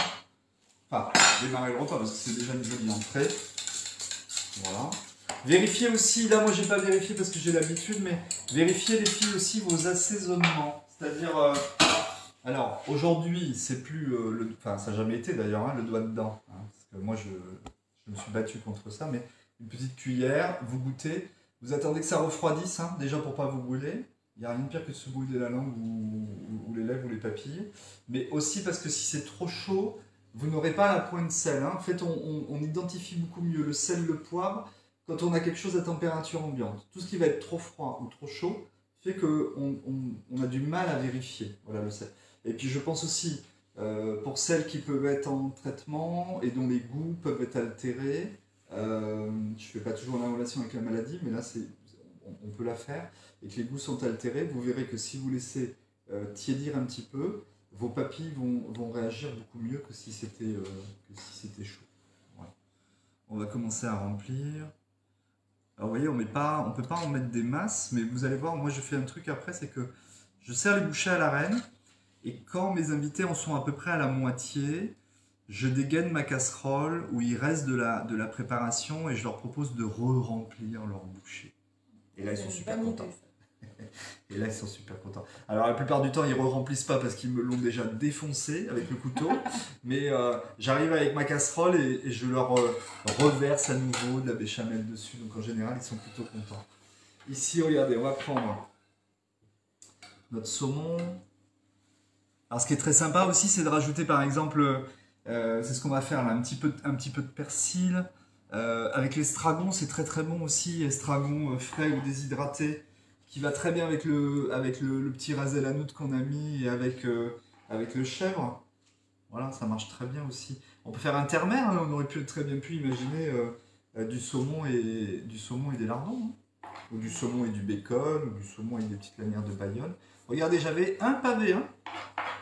Ce que je vous montre aussi, les filles, c'est qu'en cuisinant, j'arrête pas de dire les filles, hein, j'espère qu'il n'y avait pas un mec qui traînait dans le cours de cuisine aujourd'hui. Hein. Ce qui est super, c'est que vraiment, ça reste super économique. Quoi. Montrer aussi que, enfin aujourd'hui, hein, par les temps qui courent, on sait bien aussi que les porte-monnaies ont un petit peu souffert hein, avec la crise ou autre. Voilà, ici regardez, je vais nettoyer mon persil. Pensez toujours, votre persil, une fois que vous l'avez mouillé comme ça, pensez toujours à le sécher. Hop, un petit torchon sec, voilà, tac, on le sèche bien comme ça. Et regardez, là c'est fait en 2-2. J'ai tout gardé, hein, regardez, j'ai gardé la tige aussi. Hein. Il y a vachement de parfum dans la tige. Et puis, pourquoi jeter je sais pas qui a décrété qu'il fallait jeter les tiges de persil, alors qu'en fait c'est super bon. Regardez, hop, on garde tout. Il y a même plus de goût. Finalement, c'est les feuilles qu'on devrait jeter et manger les tiges en fait. Parce que les tiges sont entièrement comestibles, il n'y a aucun souci. Là, vous allez voir, ça vous apporte un petit peu de grain aussi.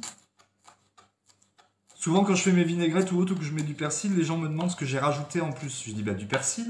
Non, mais il y a autre chose en plus, chef. Je dis, bah, puis comme moi j'ai l'habitude, je sais pas, et voilà. C'est les queues de persil en fait hein, qui sont dedans. Voilà, qu'on va mettre à l'intérieur, ici. Et puis on va recouvrir de béchamel, on va mettre les petits chapeaux. Et chapi chapeau, ça va partir au four. Des questions? Je me moque, hein. Je me moque, mais c'est de bonne guerre. Ah là, ça a l'air appétissant. Ça, c'est hyper bête, c'est hyper simple, mais les filles, toujours pareil, des idées de futurs plats, dites-nous. Dites-nous ce dont vous avez envie. Alors, si vous pouvez m'éviter ouais, les bourguignons, les choses trop longues, parce que c'est un petit peu compliqué. Regardez, on avait fait, voilà, il y a le demi-litre de béchamel, on est presque bon, hein. Vous voyez, pour le rap de mes invités, c'est presque un peu tendu. On va mettre les chapeaux. On va mettre ça au four. Tac, tac. Voilà. Ne plus lâcher la caméra, Lisa. Hop. Allez, si vous voulez faire une petite photo, peut-être par contre les filles, comme ça on aura un avant-après. On est en train de vous mettre des petites photos voilà, sur les Facebook. Bon, après, on mettra voilà, sur Insta et tout ça.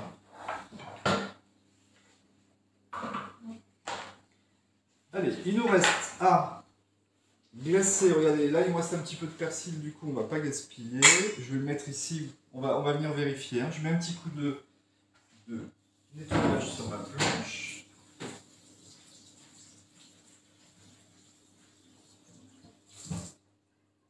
C'est bon, je peux les mettre? Ouais, si c'est photographié, on peut les mettre. C'est bon, photographié. C'est photographié. Je remets un petit peu. Et d'ailleurs, en plus, on salit pas trop de choses, c'est bien.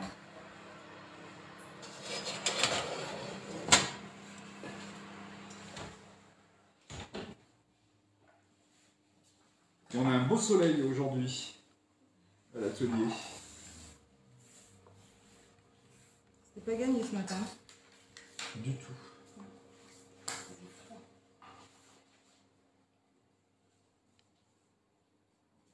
Okay.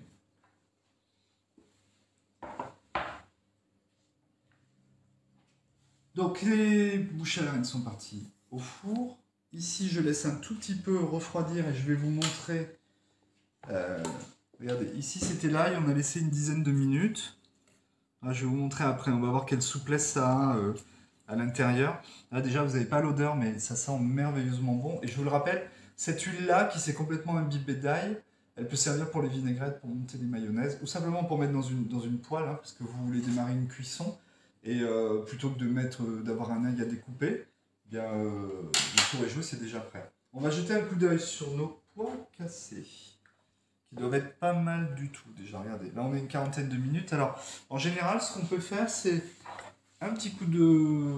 Voilà, merci Nathalie. Un petit coup de couteau, déjà, pour vérifier. Voilà, vous en prenez 3-4 comme ça. Et on vient passer... Vous voyez, là, j'ai un petit peu de résistance.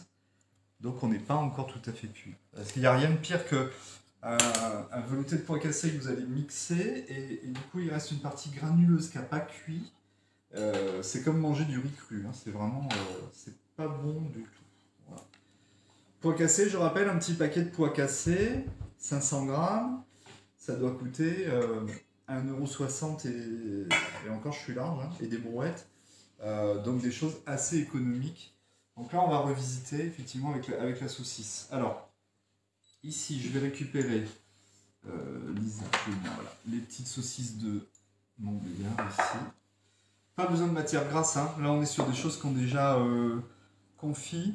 C'est une recette que j'avais fait aussi avec un saucisson cuit aussi, hein. Vous pouvez le faire sans aucun problème. Et on va s'intéresser donc à nos légumes confits, puisque vous allez voir, l'idée c'était de faire dans un joli bol, de mettre le pois cassé, les saucisses autour. Là j'en ai pas, mais on peut acheter, vous savez, ces oignons frits qu'on achète en épicerie asiatique, comme ça on met des petits oignons frits par-dessus, et puis on s'amuse. Et vous allez voir que là, pareil, avec ces deux saucisses, je peux faire manger toute la famille. Voilà. Alors, on retrouve le boule d'or, le navet marteau. J'ai demandé à mon maraîcher pourquoi il s'appelait marteau, il n'a pas su m'expliquer, donc ne cherchez pas. Les carottes, voilà. On va éplucher tout ça. Vous vous souvenez toujours, une cuve pour faire des choses propres. On y va, ça c'est fait en deux. Alors glacé, vous connaissez la plupart du temps, on vous parle des oignons grelots glacés, des navets glacés, des carottes glacées. C'est simplement, dans le glaçage, il y a deux cuissons, enfin même trois cuissons. La première, c'est l'eau qui va permettre de cuire le légume, parce que ça, si je croque dedans, c'est pas topissime. C'est pas de ouf, hein, comme disent les jeunes. Ensuite, on a le beurre et le sucre qu'on a mis à l'intérieur qui vont se mélanger, qui vont former un caramel. Et une fois qu'il n'y a plus d'eau, les légumes tombent dans ce caramel et finissent de s'enrober. Et c'est pour ça que quand vous mangez les petits oignons grelots ou les navets glacés, c'est un peu addictif parce qu'il y a ce côté sucré qui fait qu'on a envie d'y revenir. Donc encore une autre façon de faire les légumes. On avait fait, je me souviens, il y a quelques temps, des grandes plaques de légumes rôtis. D'ailleurs, on m'avait envoyé des super belles photos. Continuez, hein, je vous le dis, sur les fiches techniques, il y a mon 06 des filles.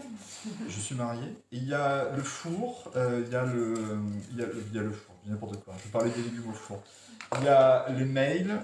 Voilà, vous pouvez envoyer des textos. Moi, j'adore voir vos réalisations. J'adore savoir ce que vous avez fait des recettes. Anne qui vient d'arriver, Anne qui dit bonjour et Bonjour Anne. Bienvenue. Le live est en replay pour les personnes qui n'ont pas pu assister à temps. Je mets en replay sur le Facebook de l'Institut, mais aussi sur la chaîne YouTube. Exactement. Vous pouvez retrouver tout le cours, les filles, et du coup, vous pouvez re-regarder à nouveau.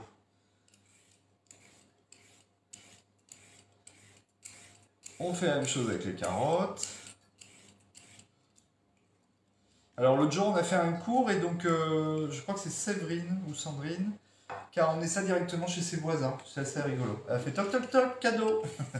Je crois qu'elle est partie le lendemain au week-end, donc du coup, elle a cuisiné pour ses voisins du dessus. Ouais, c'est sympa. Surtout que maintenant, le partage... Ouais, dès qu'on pourra en faire un grand pique-nique, hein, dès qu'on aura le droit de... Alors peut-être pas se faire des bisous, mais voilà, dès qu'on aura le droit de faire des trucs à peu près de se voir. On nettoie tout.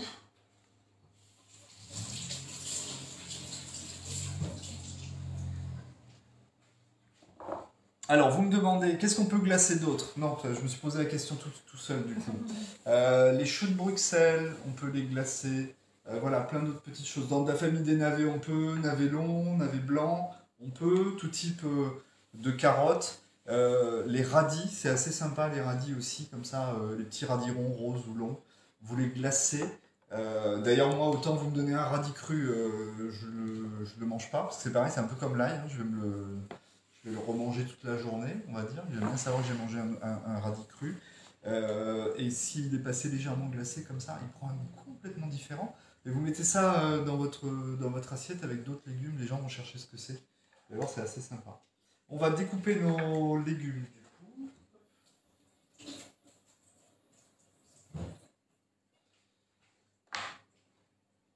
Alors ici, vous allez voir, pour glacer, on va rien faire de très compliqué. Ici, je vais couper en deux. Et je vais partir sur des triangles comme ça. Alors théoriquement, quand on va glacer un légume, on va aussi lui donner une forme, hein. En général, dans les restaurants gastronomiques, vous mangez les légumes glacés sont des légumes qui ont été tournés. C'est-à-dire pour tourner un légume, on va lui couper la partie haute, la partie basse, et on va aller faire des formes oblongues pour avoir une ogive. Et selon qu'on va tourner, on va avoir 6 faces ou 8 faces. Alors il faut savoir que non, il n'y a pas de gaspillage. Quand on tourne les légumes dans les grands restos, toutes les parures vont dans les fonds de sauce, dans les bouillons, ou si on va faire des purées ou d'autres choses, ça ne part pas à la poubelle. Parce que forcément, vous avez énormément de gaspillage si vous jetez tout. Voilà. Alors, vous allez voir qu'au fur et à mesure, on va mettre... J'ai préparé une casserole. Pour l'instant, il n'y a pas besoin de la mettre sur le feu. Dans cette casserole, on va y mettre du beurre. Oui, comme les 30 grammes qu'on avait tout à l'heure pour la béchamel, à peu près. Ici. On va y mettre du sucre. Alors moi j'ai choisi du sucre brun, mais vous pouvez mettre du sucre blanc si vous voulez. Voilà.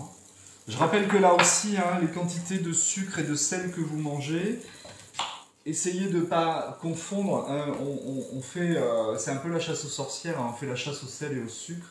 Le sucre et le sel que vous devez chasser et auquel vous devez être attentif, et je pense qu'il y a beaucoup de... Enfin, en tout cas, les nutritionnistes et les diététiciens avec qui je travaille sont d'accord avec moi, c'est souvent les sucres et les sels qui sont planqués dans la bouffe industrielle, où il y a des quantités monstrueuses. Regardez nos anciens qui n'avaient aucun problème avec la salière ou autre, alors qu'aujourd'hui, ils ont de gros problèmes par rapport au sucre et au sel. Hein. Simplement que dans la plupart des maisons de retraite, aujourd'hui, on bouffe industrielle. Hein. Là, c'est juste le petit coup de gueule que j'avais envie de pousser en passant, mais c'est pas celui-là qui nous embête. Donc, si vous n'êtes pas grosse consommatrice de sucre, parce que vous ne mangez pas forcément de bonbons, de friandises ou de sucreries, et que vous avez juste, et encore le sucre le matin dans le petit-déj, ça peut être remplacé aussi par un petit peu de miel, enfin on peut trouver des alternatives, vous pouvez quand même utiliser du sel et du sucre dans votre cuisine de tous les jours. Voilà, je pense que c'est pas contre-indiqué non plus. On fait la même chose ici. Je dis ça parce que dans certains de mes cours, dès que je mets une pincée de sel quelque part ou de sucre, j'ai 3 personnes qui crient ah mais chef, ça fait beaucoup de sucre. Ben voilà. J'ai 50 balais. Alors oui, j'ai un petit peu pris, mais ça c'est le confinement. Hein. Mais ça va. Hein. Ok, tout ça, ça va directement dedans. On va mettre l'eau après et je vais vous apprendre à faire un chapeau. Un couvercle en fait, si vous n'avez pas le couvercle qui correspond, parce que c'est un couvercle qui va nous laisser avec une petite cheminée au-dessus. Et regardez, là pareil, on fait... donc ça va être tout joli dans le bol en plus, et puis ça va être sympa à manger. Vous allez voir que le contraste des légumes glacés vont bien fonctionner aussi avec la saucisse fumée. Et le pois cassé qui peut avoir un petit goût fade aussi par moment, mais moi j'aime bien, je trouve que ça a quand même un très très bon goût. Voilà, pour ici. Voilà, et quand il n'y a plus rien sur le plateau, c'est que c'est plutôt bon signe. On va rajouter de l'eau par-dessus tout ça. Alors, c'est pas noyé, hein, c'est vraiment une quantité d'eau qui vient à peu près à moitié, puisque du coup, tout ça, ça va cuire à la vapeur. Vous voyez, pour vous donner une idée, je suis là, hein, je suis en dessous. Mon beurre et mon sucre, donc tout ça, il va falloir que ça se mélange. Et j'ai oublié, parce qu'on est en train de faire de la cuisine, donc il y a aussi une petite pointe de sel. Hein. C'est pas quelque chose de strictement sucré. Alors, je vous montre ici. On va... les pois cassés, je pense qu'on est bon. Je vais les mettre ici. Ma saucisse, je vais la transférer. Vous voyez, l'idée c'est de la faire griller. Puisqu'elle est déjà... J'ai pas mis de matière grasse, hein, les filles, là, par contre. Hein. Au début, ça fait un peu bizarre parce qu'on se dit que ça va pas griller, mais ça contient suffisamment de gras à l'intérieur. Et là, regardez, petit coup d'éponge avant de mettre. Ce qui fait que mes plaques sont toujours propres. Hein. Voilà. Et ici, on repart. Donc, on va mettre cette casserole-là ici. On va mettre à fond. Et on va faire un petit chapeau. Avec une feuille de papier sulfurisé, vous allez voir. C'est assez sympa à faire. Pas de questions? Hop là. Allez, si vous avez tout ça à la maison, l'idée c'est de faire... on va faire un chapeau ici. Alors regardez, rien de compliqué. J'ai pas forcément besoin de la totalité de la feuille. On va partir là-dessus. Demi-feuille, voilà.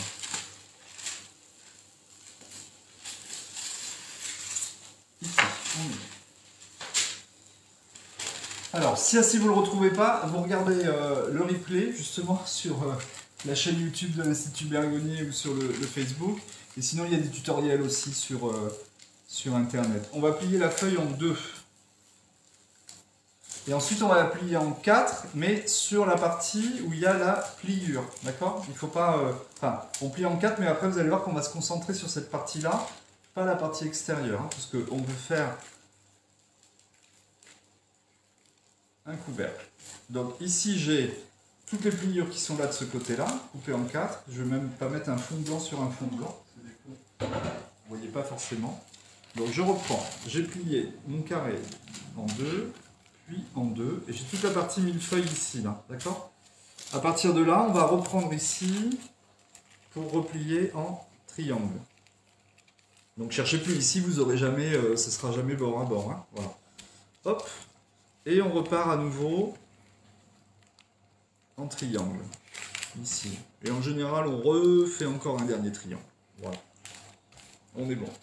Voilà. Donc on a toutes les parties ici libres, et toute la pointe s'est concentrée ici. Et maintenant, vous allez mettre ici à peu près votre pointe au milieu. Voilà. Ça, c'est au CAP, hein, Nathalie. Ok. Ici, et vous allez marquer, alors ça peut se faire soit avec le couteau, quand c'est un petit peu épais, ça se fait avec le ciseau, et on vient faire à peu près en arrondi. Voilà. Vous allez voir, c'est assez magique, et quand on n'a pas de chapeau, ça marche bien. Alors, j'arrête là 2 petites secondes pour vous montrer que ici, j'ai porté à ébullition, donc je baisse. On va tout simplement mélanger, parce que vous vous souvenez, il y avait du beurre et du sucre. Hein. Voilà. Donc déjà, vous allez voir, rien que la couleur de ça, c'est du... Quand vous parlez souvent des bouillons de légumes, regardez, là c'est déjà du bouillon de légumes. Hein. Il y a déjà... Alors c'est un petit peu tôt, mais après il y aura le goût des carottes, du navet, le beurre et le sucre. Voilà. Donc là maintenant, on laisse mijoter. Tac. Ici, donc j'avais calculé la moitié, et on va simplement ici enlever un tout petit peu, mais vraiment une toute petite pointe à la rencontre ici de ça. Et là, regardez, je vais défaire. Et 2, et 3. Quand j'étais petit, j'avais la boîte de Garcimore, vous savez, le magicien qui passait à la télé. Voilà, c'est un peu ça. Et là, vous avez un couvercle. Alors, si vous n'avez pas plié du bon côté, vous allez vous retrouver avec un couvercle, mais qui sera en verre là, parce que du coup, vous l'avez vite comprendre, hein, vous n'avez pas plié du bon côté. Et ça, vous venez le poser dessus. Voilà. Et ça, vous l'avez vu à la télé, dans les cuisines de chefs et autres, voilà. Quand on n'a pas de couvercle, et d'ailleurs, nous, on a rarement, pour ce genre de cuisson à l'étuvée, on n'utilise pas de couvercle, et on va utiliser ça, voilà. On va faire un couvercle en papier, directement. Alors, qu'est-ce qu'il nous reste à voir? Je vais faire un petit peu de persil ciselé, je vais mixer ma préparation. On va regarder les bouchées à l'arène, il n'y a pas trop de soucis, voilà. Et tout ça, ça va cuire gentiment. Et je vais juste vous montrer après un petit peu le... Pareil, je voudrais qu'on regarde l'ail confit avant de partir. Voilà, je vais vous montrer. Alors, ici, on a... Je vais vous montrer sur celui-là qui était ouvert, mais pour vous montrer à quel point on obtient une purée de persil. On va se mettre ici. D'ail, pardon. Ça sent la fin, hein, chef. Là, hein. Ah oui, c'est ça. Voilà. Regardez, ici, ça c'est complètement... Regardez, voilà. Ça se défait tout seul, vous voyez? Ça, c'est bon. Voilà. Et ça, ça devient... Enfin, ça, c'est addictif aussi. Hein. Ça, c'est un vrai bonbon. Hein. Vous en mettez 2 par convive, mais prévoyez large, parce qu'en général, il y a bataille. Voilà. Tout le monde en veut. Allez, je relève mon persil. Hop.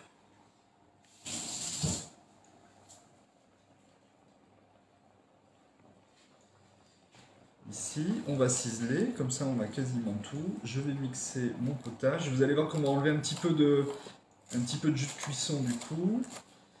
Toujours pareil les filles, comme je vous dis, pour mixer, servez-vous de l'évier. Ça a plein d'avantages. Déjà parce que vous mettez votre cuve au fond de l'évier, vous allez voir, hein, on se fatigue un peu moins le bras. Lisa, je pense que tu vas pouvoir faire le tour à ce moment-là. On va montrer du côté de l'évier. On a 2 secondes encore, hein, mais comment ça se passe. Voilà, je vais mettre ça ici. Et les filles, si vous n'avez plus le soleil, on peut peut-être faire rentrer tout petit peu de lumière, non, sur voilà.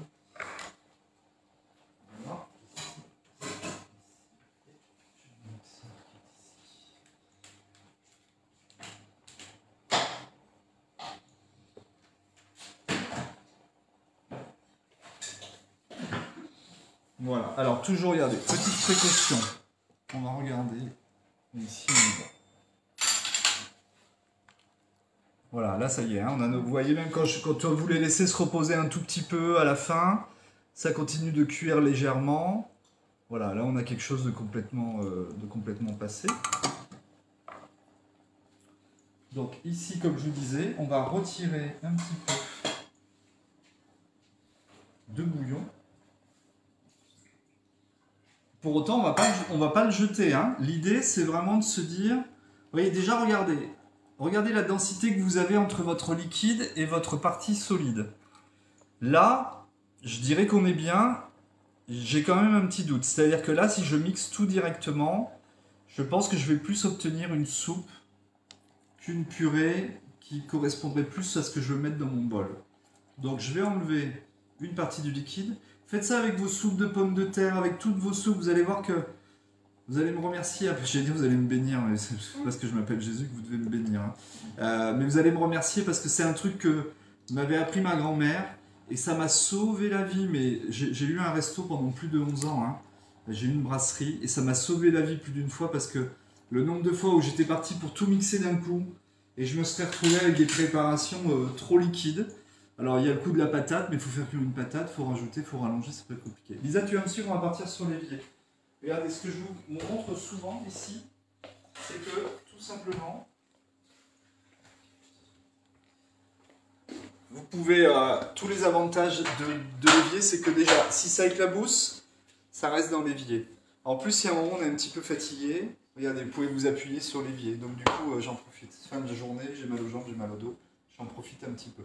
Et puis c'est surtout au niveau du bras, c'est tout bête, mais quand vous êtes sur les tables à induction, vous devez avoir les bras beaucoup plus hauts, donc c'est aussi, ça peut être fatigant. Alors que là, regardez, on va plonger directement dedans et on va être bien pépère. Je vais faire un petit peu de bruit.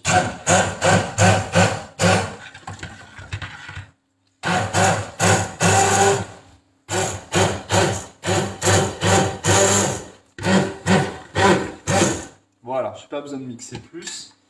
L'avantage ici de ça, c'est que quand vous voulez tout simplement, là vous pouvez nettoyer aussitôt. Vous verrez que ça c'est un gain de temps et regardez, ça se nettoie les filles de suite. Voilà, je n'ai pas besoin d'y revenir après. Alors que si vous laissez sécher, en général ça met beaucoup plus de temps. Voilà. Lisa, on peut revenir là si tu veux. Et vous voyez, j'ai enlevé pas mal de liquide et j'aurais presque pu en enlever plus. Pour avoir quelque chose d'un petit peu plus épais. Voilà. Alors, je vais vous montrer, petite astuce quand vous voulez réépaissir une préparation. Vous voyez là, voilà, on est quand même bien liquide, je me suis fait avoir. Voilà. On peut avoir ce qu'on appelle, c'est très bien parce qu'il nous reste une demi-heure, on peut avoir ce qu'on appelle le principe de la béchamel inversée. Vous n'en avez jamais entendu parler, parce que c'est moi qui l'ai inventé. Pas le principe de béchamel inversée, ça n'existait pas, cherchez pas. En fait, pour épaissir, il faudrait qu'on remette de la farine ou de la maïzena. Le souci, c'est que quand vous mettez de la farine directement dans une préparation comme ça, ça va faire des grumeaux aussitôt. Par contre, si vous lui donnez un support, ça va pas faire de grumeaux. Et c'est ce qu'on appelle le beurre manié. Donc regardez, je n'avais pas fait exprès, hein. J'en avais laissé un petit peu ici. Et le beurre manié, si vous en faites de trop, c'est pas grave parce que ça peut se garder sans aucun problème. Je vais récupérer la farine, s'il te plaît. Et avec une petite fourchette, vous allez voir. Je suis sûr que vous avez vu ça chez vos grands-mères. Dans les restos, il y a toujours un pot de beurre manié. Et vous avez un moment, le chef, quand il a fait une connerie et que... Enfin, une bêtise, pardon. Et que forcément, c'est pas de sa faute, parce que c'est jamais la faute du chef, c'est toujours le commis ou le cuisinier qui est à côté. Et qui hurle à travers la cuisine en disant « Passe-moi le beurre manié !» Voilà, parce qu'il a un truc à rattraper. Le beurre manié, c'est en fait, c'est le travail... C'est pour ça que je dis que c'est une béchamel inversée, parce que c'est la même chose. Tout à l'heure, on a fait du beurre fondu avec de la farine dedans. Et là, on fait un beurre qu'on travaille avec de la farine, mais on le travaille à froid. Regardez là, c'est parce qu'il est resté à l'extérieur. Et en fait, le fait de mettre ce beurre manié directement dans mon velouté fait que du coup, ma farine, elle est supportée par les molécules du gras. Du coup, ça va se libérer dans la sauce. La farine, elle va aussitôt venir épaissir, mais ça ne va pas me faire de grumeaux. Voilà. Donc souvent, le beurre manié nous permet de sauver les sauces. Soit parce que vous avez une poêle, quelque chose qui est trop liquide, vous mettez un peu de beurre manié dedans, vous tournez, et aussitôt, ça va épaissir. Alors par contre, faut que la farine soit complètement amalgamée à l'intérieur et qu'on ait quelque chose.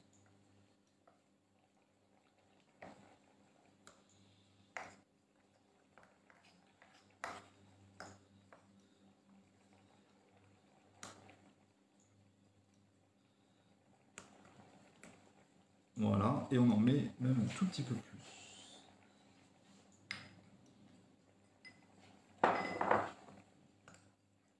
Et on a ce qu'il faut. Alors, pour tout vous dire, il nous reste allez, 20 minutes. J'ai une petite vinaigrette à faire avec des agrumes qui va nous servir à accompagner les bouchées à la reine.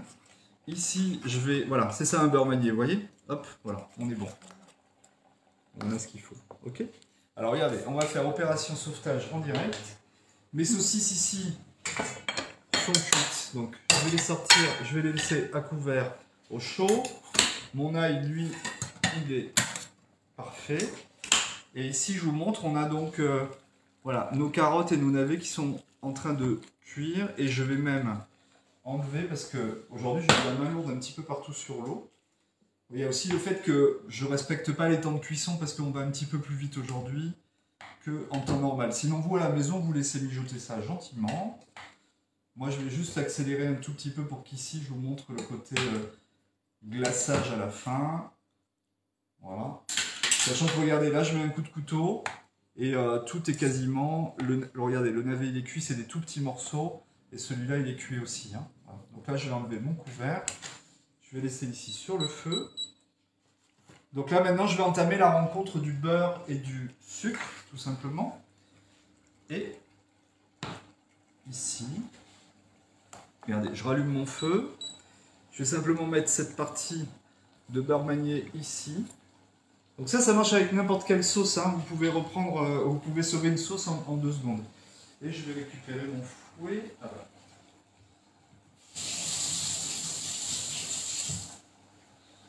Voilà, on le récupère et en fait on va aller amalgamer pour épaissir tout ça. Alors évidemment il faut qu'il y ait une petite ébullition. Hein.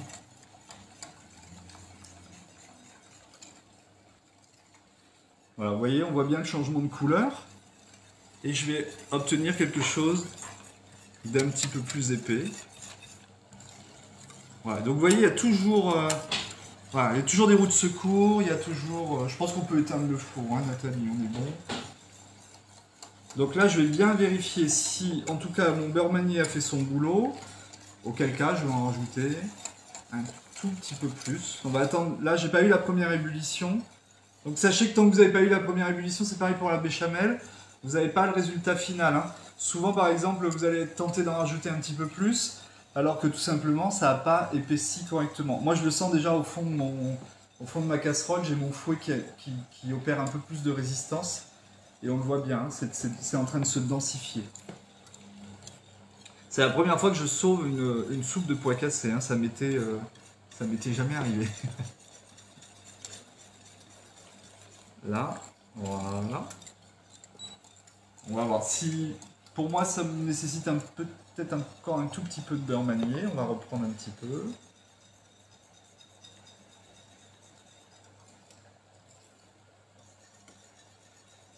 Ouais, on va en remettre un tout petit peu.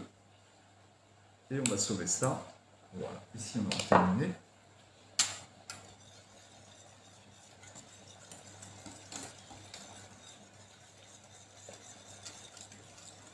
Voilà, je vais faire la vinaigrette, on va monter tout ça, et puis on va être bon, je pense, pour vous montrer. Voilà, là ça y est, ça épaissit bien correctement au fond. Je vais vous montrer à la louche, hein, vous allez voir la différence forcément à partir du moment. Là, on est dans les vapeurs, hein, directement. Hein. On est dans la casserole, hein, les filles. Ouais, vous voyez là, j'ai les petits bouillons. Donc c'est à partir du moment où ça bout, je vais vous montrer, voilà, Lisa va bien vous montrer. C'est à partir du moment où ça bout que ça va épaissir. Hein. Si vous ne laissez pas bouillir la préparation, elle aura évidemment beaucoup de mal à épaissir. Voilà, on va la laisser là. Ici, je vais vous montrer avec le pochon. Voilà, on va avoir quelque chose qui est beaucoup plus épais que ce que j'avais tout à l'heure parce que du coup c'était beaucoup trop liquide. Voilà. Ici, quand vous en êtes là, petit tour de piste, vous voyez, pour faire en sorte que le beurre et le sucre caramélisent. Et là, ça va venir enrober vos légumes. Alors, si après vous voulez les glacer à la manière du resto, on ne va pas utiliser une casserole. Là, ce n'était pas le but parce que je ne veux pas non plus vous montrer des techniques qui vont vous... L'idée, c'est que si je vous montre une technique et qu'elle vous complique la vie, je suis passé à côté de la plaque. Voilà. Donc, si vous voulez vraiment faire les navets comme au resto, forme oblongue, vous regardez, vous tapez sur internet, tournez des légumes. Vous allez voir, même moi aujourd'hui, j'ai encore la main, mais j'en ai tourné un paquet avant d'avoir des jolies ogives. Vous regardez, il y a des tutos, pas à pas, ils vous montrent. Ensuite, on va prendre une poêle plutôt plate, dans laquelle on va mettre tous nos navets comme ça à l'intérieur, un petit peu d'eau, un petit peu de sucre, un petit peu de beurre. Et là, vraiment, on est vraiment sur quelque chose de très large et de très peu haut. Et donc à un moment le caramel va se former et en tournant votre poêle, parce que là j'ai des éléments qui se superposent donc ça ne fonctionnera pas, mais en tournant votre poêle vous allez avoir non seulement un glaçage, mais vous allez avoir la caramélisation, je vais y arriver, du navet. Et c'est là où vous aurez cette jolie couleur et vous pourrez poser dessus. Voilà. C'est... allons-y par étapes. Aujourd'hui on a appris à faire ça vite fait, glacer plutôt de façon étuvée, on va dire, à l'étouffer. Et après, on verra plus tard si vous voulez qu'on fasse des choses plus complexes. Voilà. Ici, je laisse bouillir. Ici, j'ai tout ce que je voulais. Je vous montre comment faire donc une petite vinaigrette rapidos. Parce que le printemps arrive, on a envie de mettre un petit peu des choses sympas. Donc, huile d'olive.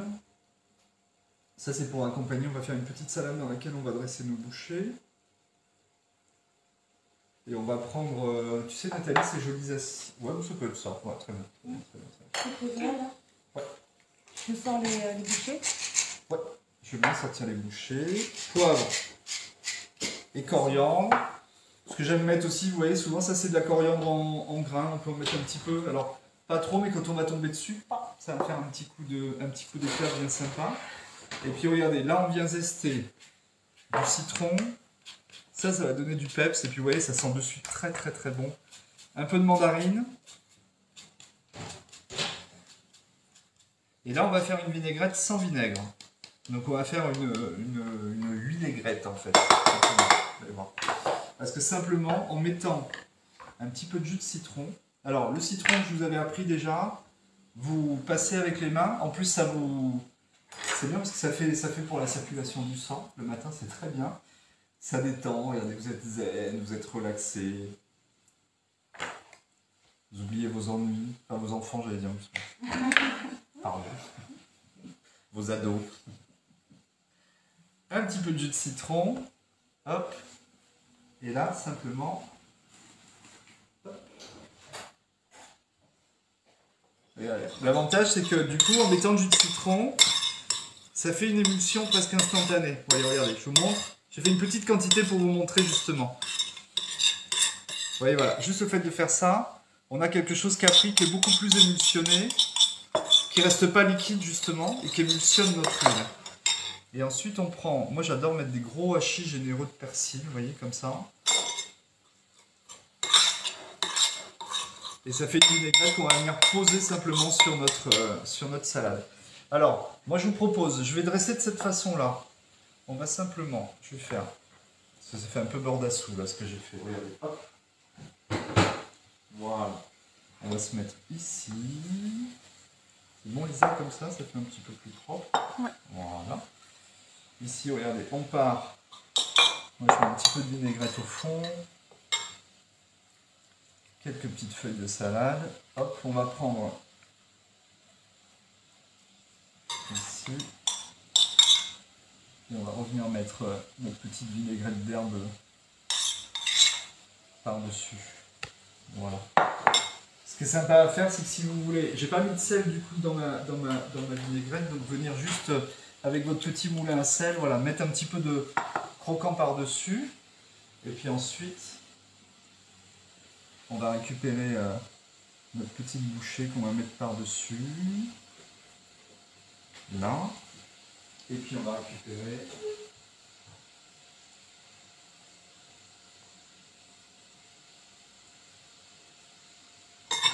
ici. Et là, vous remettez un petit peu de persil par-dessus. Voilà. Donc ça va rester là-bas. On va le poser. Laisse-le là au milieu, voilà, nickel. Super.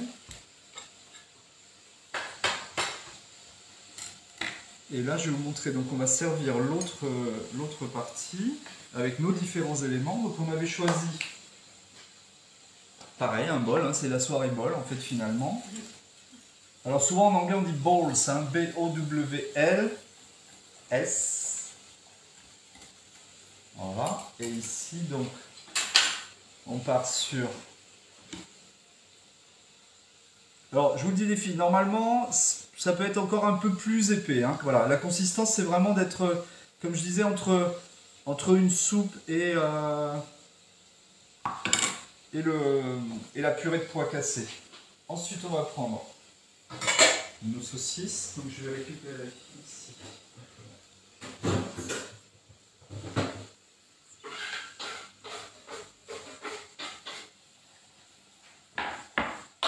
Là, hop, que vous allez couper un petit peu en biais, un petit peu en biseau. Vous allez voir pourquoi, parce que ça va donner de suite une forme un peu plus sympa. Et là, vous allez voir que juste avec 3-4 morceaux par personne, ça suffit amplement pour revisiter ce petit plat-là. Vous voyez, hop. Parce que déjà, si on a mangé une entrée, on a mangé des choses avant, on est déjà bien. Voilà, là on peut montrer, Lisa, on est en train de finir d'enrober. C'est-à-dire là, j'ai vraiment fait rencontrer mon sucre et mon beurre. Hein. Je vais vous montrer ici. Donc là, on n'a pas le côté doré, mais là, on a déjà glacé notre légume. Hein. Donc évidemment, si je pousse ici ma cuisson, je vais avoir quelque chose qui va être beaucoup plus grillé, on va dire, voilà, beaucoup plus coloré, pardon. Voilà, ici. On va déposer. C'est pour ça que je vous dis qu'il ne faut pas en mettre des masses, parce que du coup, quand vous aurez déjà mangé la petite bouchée à la reine et ça, vous voyez que vous aurez déjà fait un joli petit repas. Là, et ici, on va compléter avec évidemment un petit peu d'ail confit. Ça, c'est la petite cerise sur le gâteau, parce que du coup, les gens vont venir. Voilà, vous allez venir. On met. Je vais vous montrer, moi j'utilise un pain, un petit pain que j'aime beaucoup. Là, vous voyez, ce qui est rigolo, c'est que ça peut vous servir d'élément de décoration aussi, simplement, pour venir mettre au-dessus.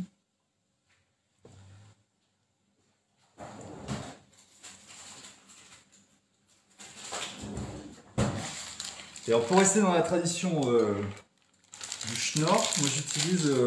ce qu'on appelle le Brot, le pain allemand, que vous avez peut-être déjà acheté, qu'on achète comme ça. Normalement, c'est Vollkornbrot. Enfin voilà, j'essaye de rouler des R aussi en même temps. Pas à l'espagnol, hein, mais à l'allemande. Donc ça, c'est un pain assez dense, mais qui va bien avec ce plat-là. Alors du coup, qui a eu la bonne idée de se coller un petit peu. Merci. Allez, tu viens voir le chef, s'il te plaît. Là, ici. Et pareil, qu'on va couper joliment, comme si on voulait faire quelques petites mouillettes. Voilà, du coup je vais le couper en triangle. Et vous le proposez aussi, voilà, simplement dans votre plat. Et moi, ça va mettre un tout petit peu de persil ciselé. Et le tour est joué.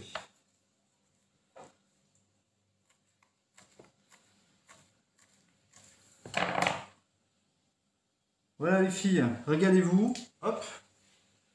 Voilà ce que je vous propose aujourd'hui. Voilà, 2 petits bols rapides avec, je vous le dis encore une fois, beaucoup de technique derrière. Hein, c'est-à-dire l'idée d'aujourd'hui, je ne suis pas forcément porté que sur la recette. ça reste un cours où j'essaye aussi de vous amener des choses nouvelles, des éléments nouveaux, sur voilà, aujourd'hui le traitement des légumineuses, la béchamel, glacer des légumes qui pourront vous servir dans d'autres choses. Je vous donne quelques dates. On repart sur le 23 mars. Si vous voulez vous inscrire, on mettra voilà, d'ici une petite quinzaine de jours les recettes sur l'événement Facebook, voilà, pour que vous puissiez faire vos courses, cuisiner avec nous. Et je vous laisse, je sais pas s'il y a des petites questions. Il n'y en a pas eu pendant le cours aujourd'hui, mais du coup c'est parce que vous étiez bien attentive. En tout cas, n'hésitez pas à m'envoyer ce que vous avez fait. Je vous dis sur les fiches techniques, il y a mon 06 en bas, un petit coucou, ça fait toujours plaisir, on échange. Ça me permet de savoir aussi qui vous êtes. On va vous donner bientôt des nouvelles voilà, pour les prochains cours. Et puis j'espère que si la situation sanitaire s'arrange, mais à mon avis, rien avant les portes de l'été, je pense pour nous, de pouvoir voilà, avoir le plaisir de se retrouver en vrai. Voilà. Audrey, Lisa, y a-t-il quelque chose à rajouter avant qu'on raccroche? Donc je remercie Lisa qui était derrière la caméra, voilà, à la réalisation. Audrey qui était derrière son écran pour vous accompagner sur le Facebook. Vous retrouvez la vidéo sur la chaîne YouTube de l'Institut Bergonié, sur le Facebook de l'Institut Bergonié. Et voilà. des petites photos sur le compte Instagram qu'on a relancé. Et des petites photos sur le compte Instagram donc, de l'Institut Bergonié. Pensez à follower le compte, voilà, à vous abonner. Comme ça, plus on est de fous, plus on crée une communauté. Je remercie Nathalie aussi qui s'est occupée et qui me sert toujours voilà, à mettre en place, à nettoyer après aussi parce qu'il y a toujours beaucoup de boulot et à tartaner cuisine et à se régaler. Et je vous dis encore le plaisir que j'ai d'être avec vous. Je vous embrasse et je vous dis au mois prochain, au mois de mars. Bye bye. Au revoir. Au revoir.